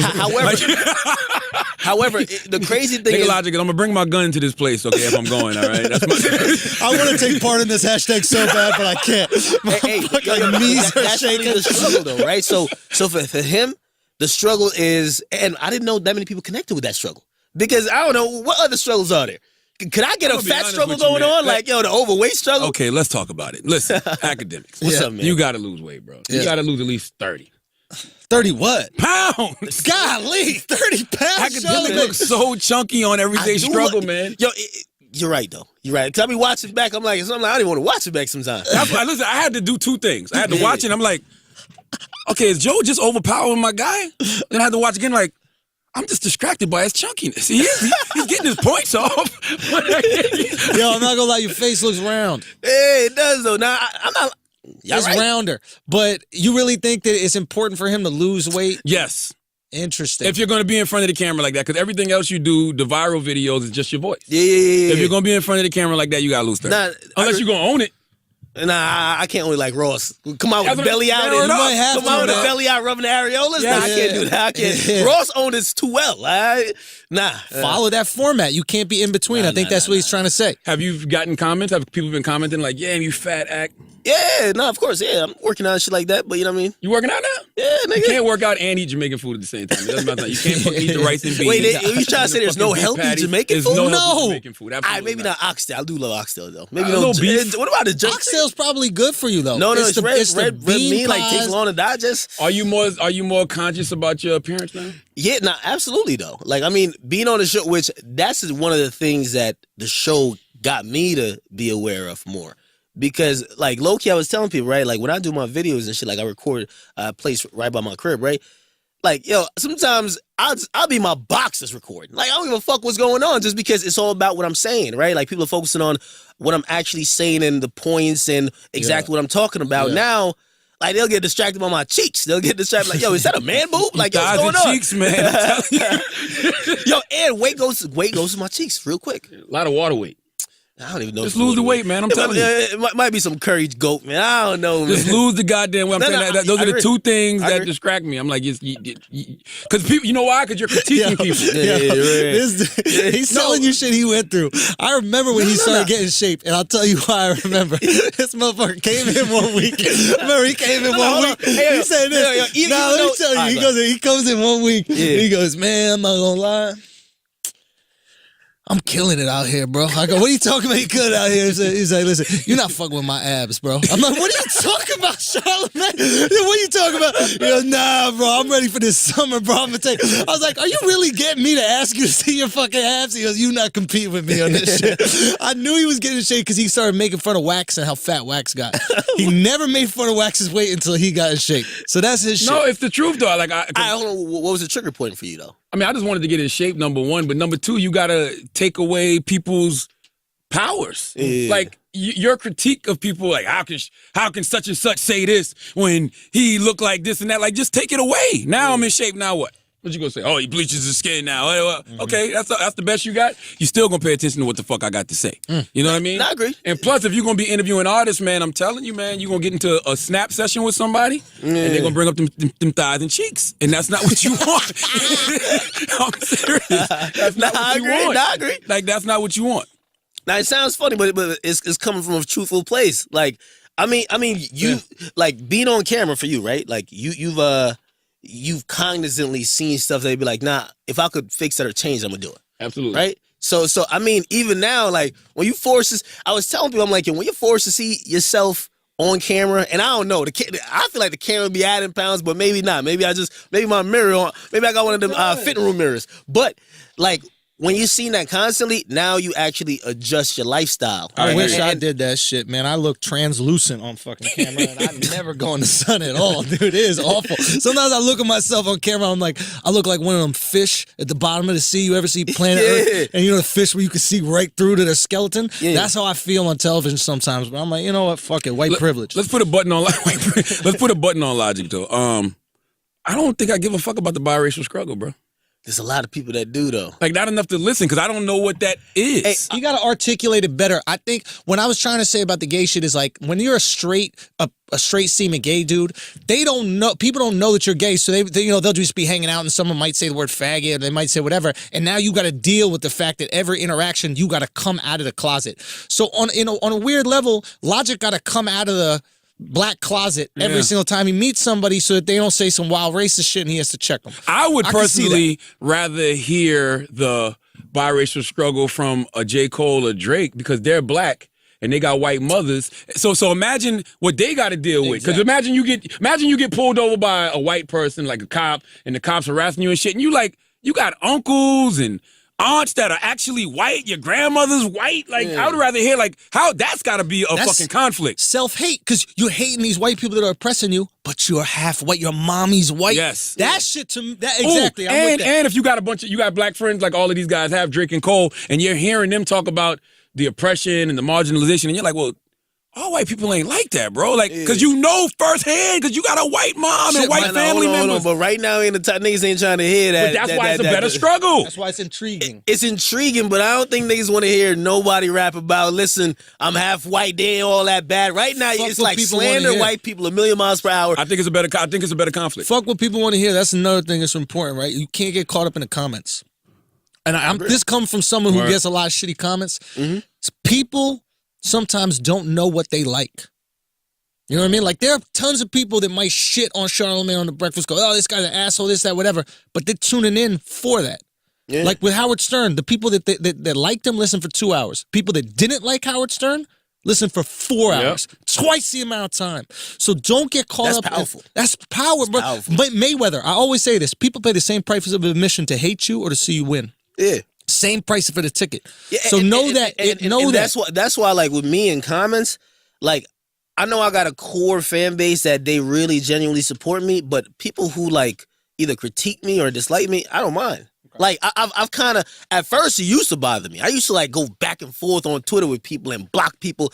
Now, like, as long as I see this conversation happening, I'll read it. Sometimes I won't engage just because people will say stuff just for the reaction. Absolutely. And then they don't want to talk. I don't give a shit. You see me call somebody a digital dickhead, it's because I want to. Like, they're not getting to me at all. I just like the interaction. I feel like that's what social media is about. Like, I can never get to that point where I'm just that guy who's tweeting and Instagramming and not responding to people. Like, people tell me that shit all the time. You're a New York Times bestseller. Stop going back and forth with people on fucking Instagram. Fuck that. Well, they need to stop going back and forth. You have to do a little bit of each, though. You got to learn what to ignore. Know when. You can't seem too sensitive, but you want to seem engaged. Oh, by the way, I can tell. Last week we talked about when I met Michelle Obama and what she told me. Yeah, what did she tell you? I talked about it on Angie Martinez show last week. She said that she said, "Oh, Charlamagne." She goes, "You're so funny," and she goes, "But you're smart." And she goes, "Most funny people are smart." And I really didn't even know how to react. I was just like, I said, really? And then I guess she called me funny first, and I go, really? And then that's when she said the whole you're smart and funny thing. And I was like, look, I'm just trying to figure out what to call you, man. I don't know whether to call you First Lady, Queen. She was like, Michelle. I said, there's no way I'm calling you Michelle. I said, I'm just not doing it. What'd you guys settle on? She goes, just don't call me the B word. I said, who in the hell would ever call you the B word? And she goes, oh, there's some people out there. And I go, I bet you they're all Trump supporters. And then I shook her hand and kept it moving. And it's like, that's all it was. And that's dope. I was actually telling Charlamagne last time we talked, I was like, yo, one of the dope things, because I watched Charlamagne's career, he knows, like, I study people who I believe are great. And I've never been ashamed to say it. Like, I see what they do well, and I'll take a little bit of them from me. It's like Kobe. When Kobe was watching Mike, he took a little bit of him, right? Sure. So, like, I see where Charlamagne's at now, and I complimented on him. It's like, we're watching someone who's a really dope hip hop radio personality grow and age gracefully, not age and still try to hang on to be the bitter guy. Not dyeing my beard like Joe Budden. No, Joe's got the grays coming out. Only he's letting the gray come out? Flex dyes a beard, but not Joe. Yeah. Just want you to know we had our foot on Joe Budden's neck this whole podcast. Run tell that. I'm just fucking with you. Yo, what? Wait, no. Okay. What is it? And by the way, I'm just fucking with Joe. I'm actually just... According to the pool, y'all had a pool that it said... 6 months. 2 months. I'm going to put 100 on it. I think it's going to last more than 6 months, man. I think it might, but not with Joe Budden. It might be the everyday struggle, Akademiks and fucking somebody else. Logic. Yo, I think Joe has found the platform of magnitude that he wanted. So I can't see him leaving, but you never know. Listen, it was interesting to hear. It's undeniable, at least in my opinion, that he's great at what he does there. I really enjoy it. Mm-hmm. I think he's excellent at what he does there. That's not the case. He won't leave because he's too good. That won't be the issue. He'll leave because of some internal struggle that will come to the surface. That's all I'm saying. And I hope it doesn't. I remember when we said this bet, the goal was to inspire it not to happen. I even tweeted him. I was like, I don't think it's going to last more than 2 months. I hope you prove me wrong, Joe, because I'm enjoying the content. Mm-hmm. Content is great. You got to keep going, I man. love it. But I just think Joe Budden is self-destructive in a lot of ways. To be totally honest. So we're hoping that you don't, Joe. If we talk about his past, I get it. But there's something between you and Joe, man. I don't know what it is. You know why I'm saying that? It's funny. The first time I met Joe Budden, was at a Sandals resort in Dominican Republic. No, Joe. It's an all-inclusive resort. Joe's grandparents are from Sumter, South Carolina. So Joe would come on my show like way back in the day in Columbia. I actually enjoy sparring with Joe on a banter level. Yeah. Like, honestly, like, that's all it really is. Like, it's nothing more past that. Like, I like the friendly competition or even not so friendly competition between Joe. I like having conversations with Joe Budden. I genuinely do. Let me ask you a question. So, you had said, and I heard on the podcast, you said eventually, because as Schultz has acknowledged, right? Joe kind of says shit like he don't give a fuck about a future, right? Yeah. But you had said, like, he's going to get more PC. Right? Yeah, because eventually, it's a lot of things that's going to happen.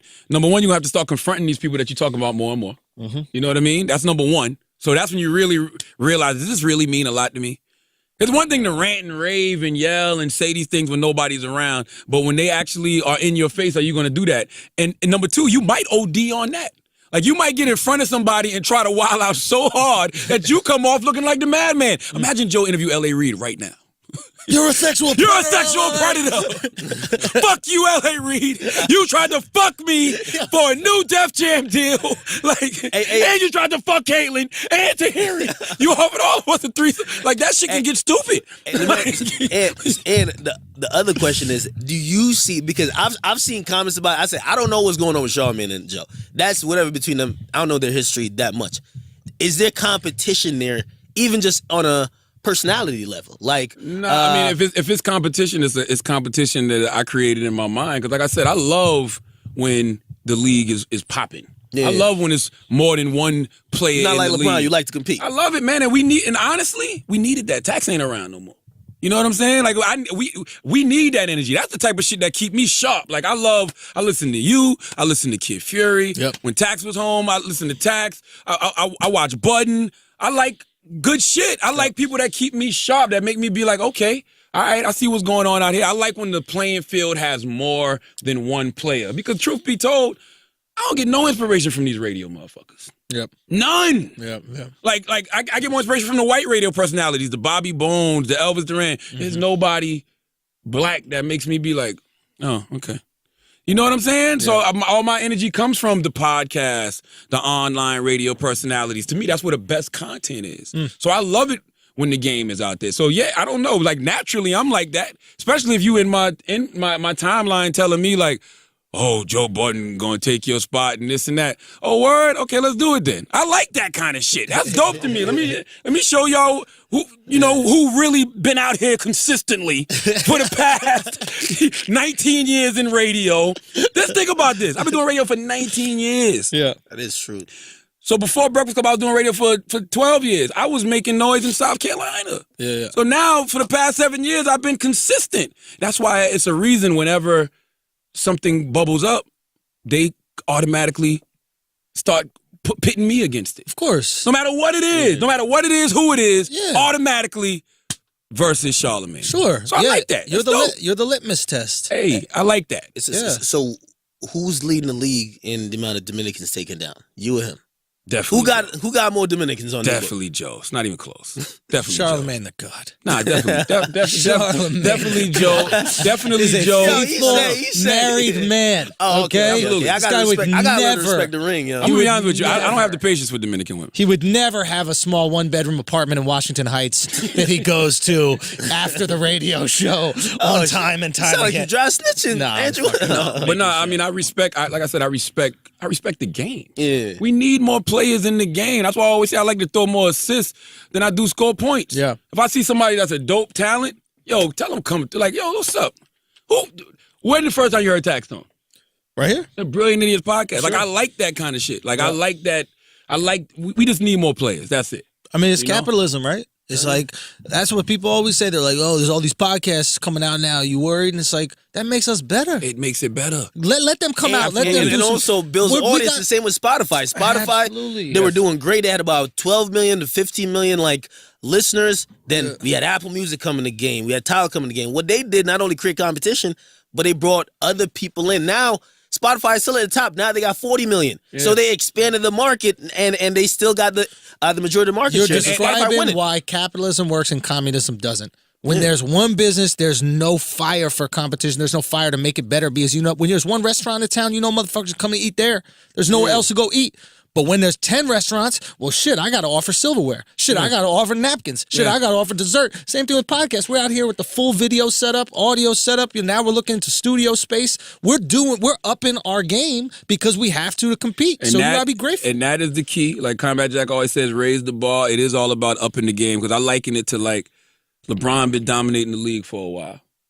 Last year, Steph Curry had a red hot year. 73-9, this and that. Oh, he's the darling of the league, whatever. New MJ almost. Oh, word? How you think that made LeBron feel? He made him feel good enough to come back down 3-1. That's what I'm trying to say. So it makes everybody better. Everybody rises. And I guess what? This year, Steph is like, I got to prove I belong here. So he's coming hard. Now, yes, exactly. Steph is like, I got to prove I belong here. And LeBron's trying to prove like, nah, this still mine. And if you want it, you got to motherfucking take it. You gotta take so it. everybody gets better. Everybody gets sharper. Kevin Durant was like, I can't do it over here with these motherfuckers. I got to go over here with these guys because I feel like they're going to make me up my game. And by the way, Kevin Durant is probably going to have the best fucking series of the fucking finals. When he's had the most efficient year of his career. That's what I'm saying. Yeah. So it's just like, it makes everybody better. The more talent in the league, it makes everybody fucking better. Yeah, I agree too. I mean, I think we all got our own lanes. I think the Breakfast Club, they're good for what they do, right? It's a radio show.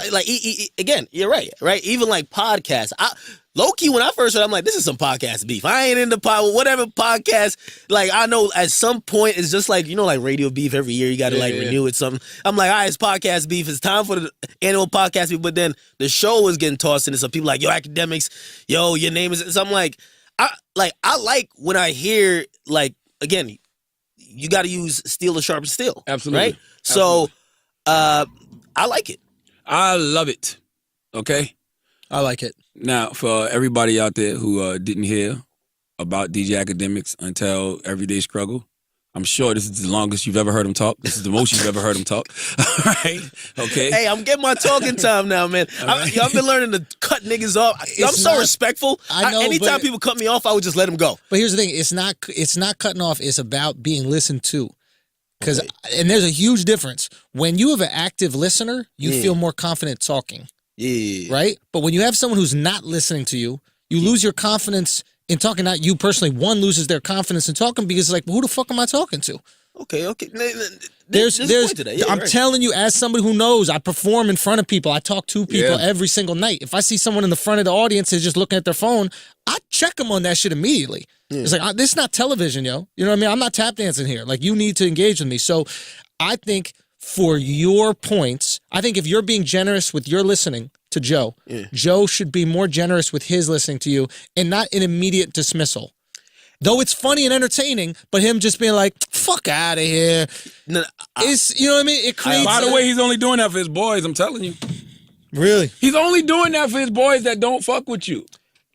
I'm telling you. No, but that's What you what I'm mean? saying. He's only doing that for his team that don't fuck with Akademiks. But That's I think it's for a fan base or like audience that he represents who don't fuck with people of my ilk. You feel me? Like, yo, you the new niggas pushing the Yachties, the Uzis, this new shit we don't fuck with. Yeah. We fuck with, we're more in the school of thinking like Joe. So when we come, and that's why I think the show is kind of great, you know what I mean? But I think we got to find that medium, and it's a respectable medium, right? Like, Sure. we've been working on it.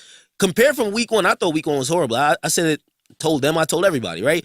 But I think as we've gone on, we're getting better. And again, it is unfair to say, are we in our final form in the first month? It's new. It's a Right? month. Just started, But, bro. You but, just but, started. what I am encouraged by, Yeah, embryo. every day we go in, we're building and we're fine-tuning shit. Like, yo, listen, when we do this, this is what's supposed to happen. Hey, yo, listen, let me get this out. And we're kind of figuring out a medium how we could get to a really dope show. Just don't lose yourself in the process, man. Word. I 100% agree with that. I want to end with just real quick. Last week, I got a text from somebody, and the text was like, Bill Cosby wants your number. I'm like, Bill Cosby? So, You about to pull up like Birdman on you? so listen. Hold on. Who texted you? Cosby text? I don't want to say who texted me, but somebody texted me like, Bill Cosby wants your number. I'm like, all right, but it wasn't Bill Cosby. It was actually his publicist. And his publicist was like, hey, his daughters want to release a statement. They listen to the Breakfast Club a lot, and they want to release a statement exclusively on the Breakfast Club because, Bill's going to trial next month. So I'm like, all right, cool. So they send me over the audio. I play the clips yesterday on the Breakfast Club. They got a lot of attention, and like, these mainstream media outlets straight up was hitting his publicist like, how dare you? Really? Yeah. Like it was almost Well, how dare you, in what sense? how dare they send us exclusive motherfucking clips? Like you're not big enough, like your yeah, platform. like how, and then their exact words was, we're fucking pissed that you would send Charlamagne and the Breakfast Club exclusive audio.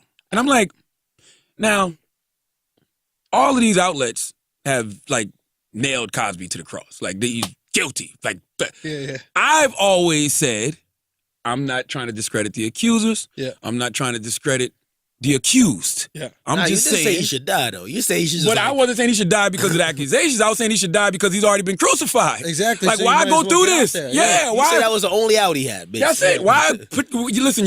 In the court of sounds so public foul, opinion, though. Bill Cosby's that guilty. sound foul though. Like, yo, your only option is to die. Yeah, but you already lived 80. your life. Yes. Think Yo, about come how many on. people raped 50 girls and got away with it for most of their life. Well, see, you nailing to the cross. Like, who knows? And even though I don't even want to seem like I'm sticking up for him, I just want to be objective until we get That's a it. guilty verdict. Because That's what all I'm happens now, saying. the accusation is more important than even the conviction. That's all I'm saying. I think it's very dangerous when we live in a society where the court of public opinion can cause your livelihood to be ruined. Now, if you want to put all his shit on pause, fine. Pause everything. Okay.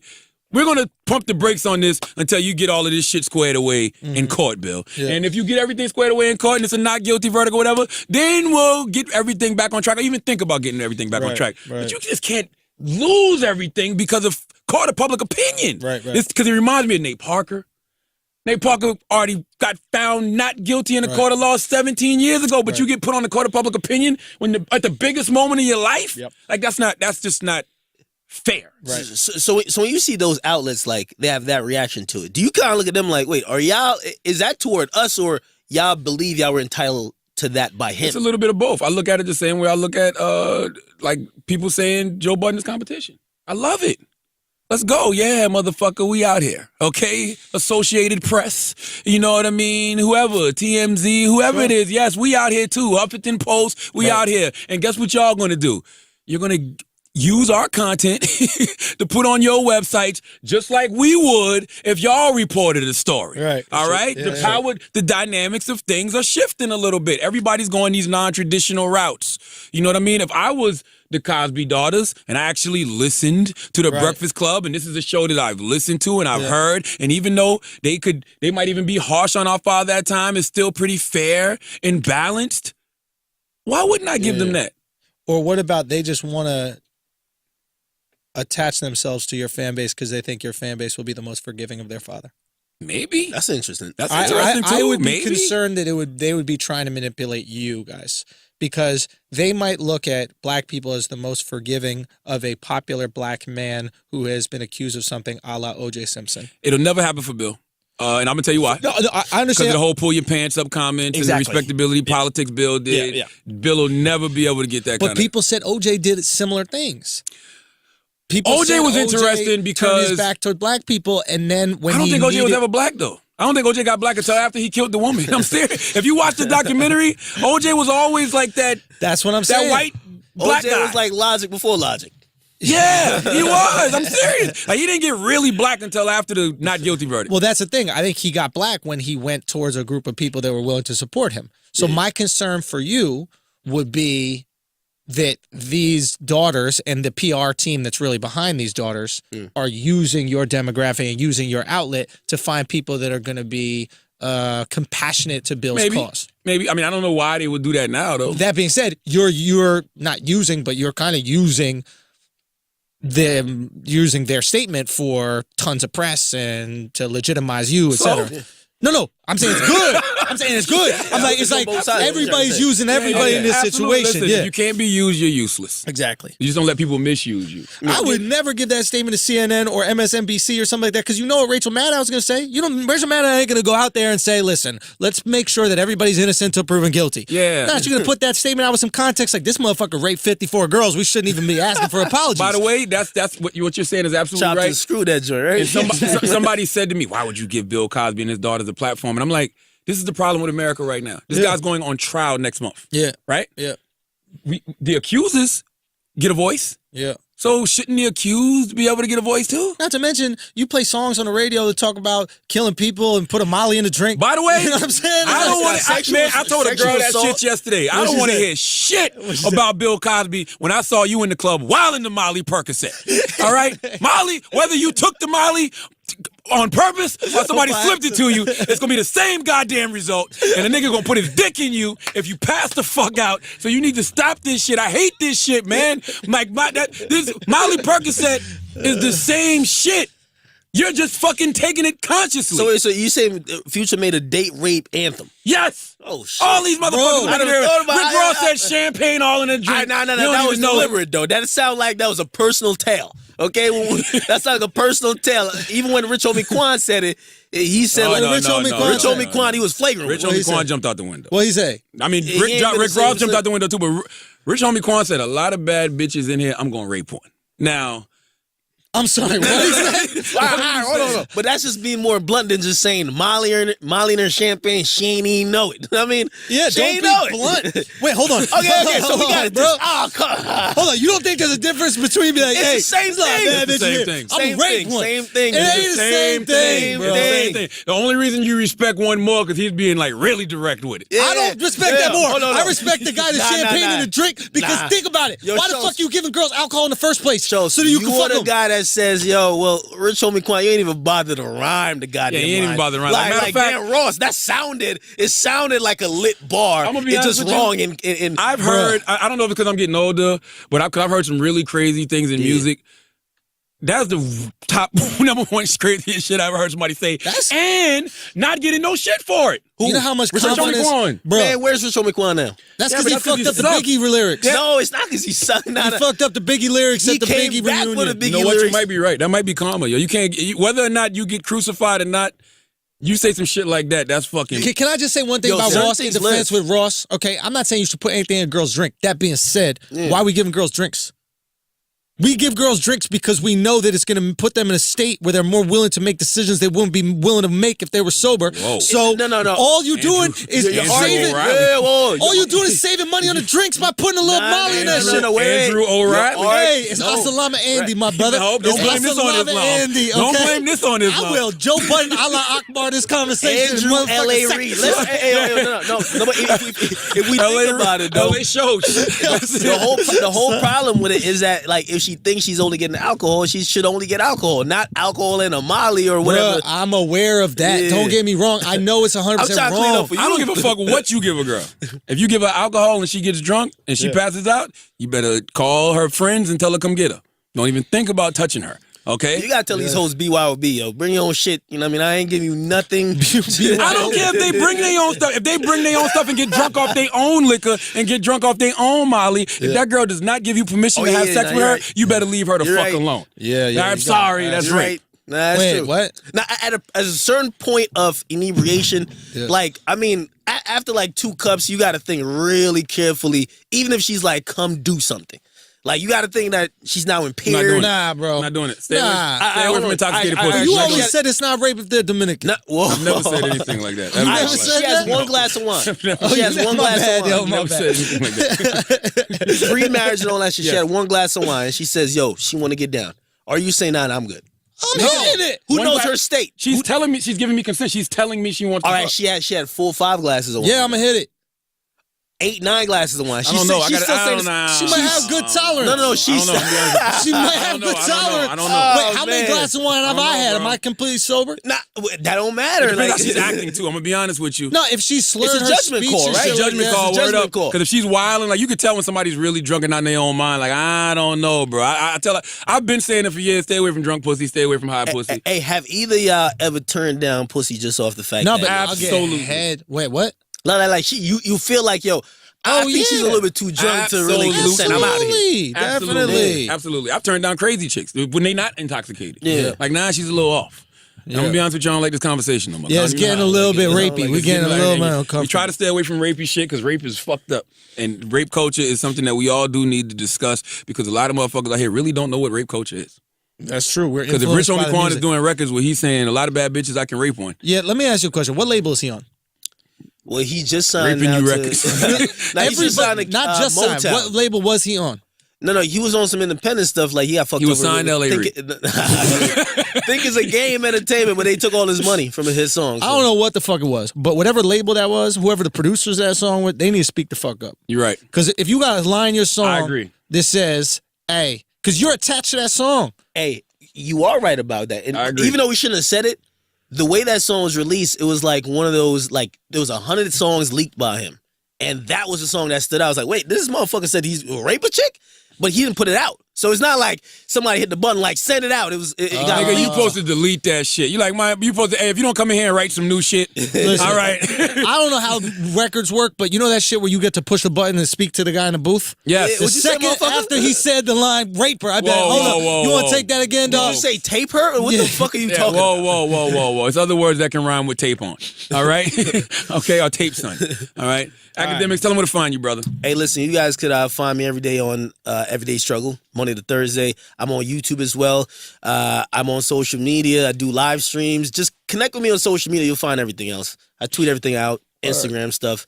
I think we might name this the Joe Budden Podcast. Joe Budden Podcast? or we'll name this podcast later. I will name this podcast. Boom, I like that. Man, y'all keep jabbing that nigga, man. That's what we're doing. That's what we're doing. We're gonna name this. The name of this podcast is I'll name this podcast later, Joe. All right? With a comma. Okay? You know he gonna kill y'all on his podcast. Oh, I love it. This is like podcast beef. I love it. All right, do the people who listen to either podcast, do they be like, all right, well, I'm rocking with him, fuck the other guy? Or is it like, shit, ooh, what did he say? Like, do they kind of go back and forth like a I don't even know schoolyard if they fight? really give a fuck. Oh, yeah, I don't. It is. So it's not like hip hop beef. You know, hip hop beef, like the fans ride with you, like, fuck that nigga. No, it's different when you own property.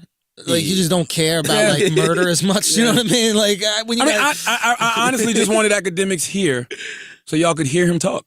Yeah, he believes in you. I wanted y'all to know that he can have conversations with people and actually speak. Yo, real talk, we had a great hip-hop discussion that lasted the entire podcast, and we got to credit you for that, man, for real. It wasn't no yelling. It wasn't no screaming. Yeah. Everybody's happy. Don't tell Joe Budden. Did you just say ooh? No, I said that y'all was might the have most Haitian thing I ever heard. No, I ain't Haitian. I'm Jamaican. Jamaican Haitians, they got like some beef. Anyway, you guys have different personalities though. Like, not, you know, certain friends, like, you can't have like you could be arguing about who's MVP this year, Russell Westbrook or is it James Harden, and it's not gonna be okay, just a good conversation. It's gonna be like, yo, fuck you. Yo, absolutely mad for 2 days.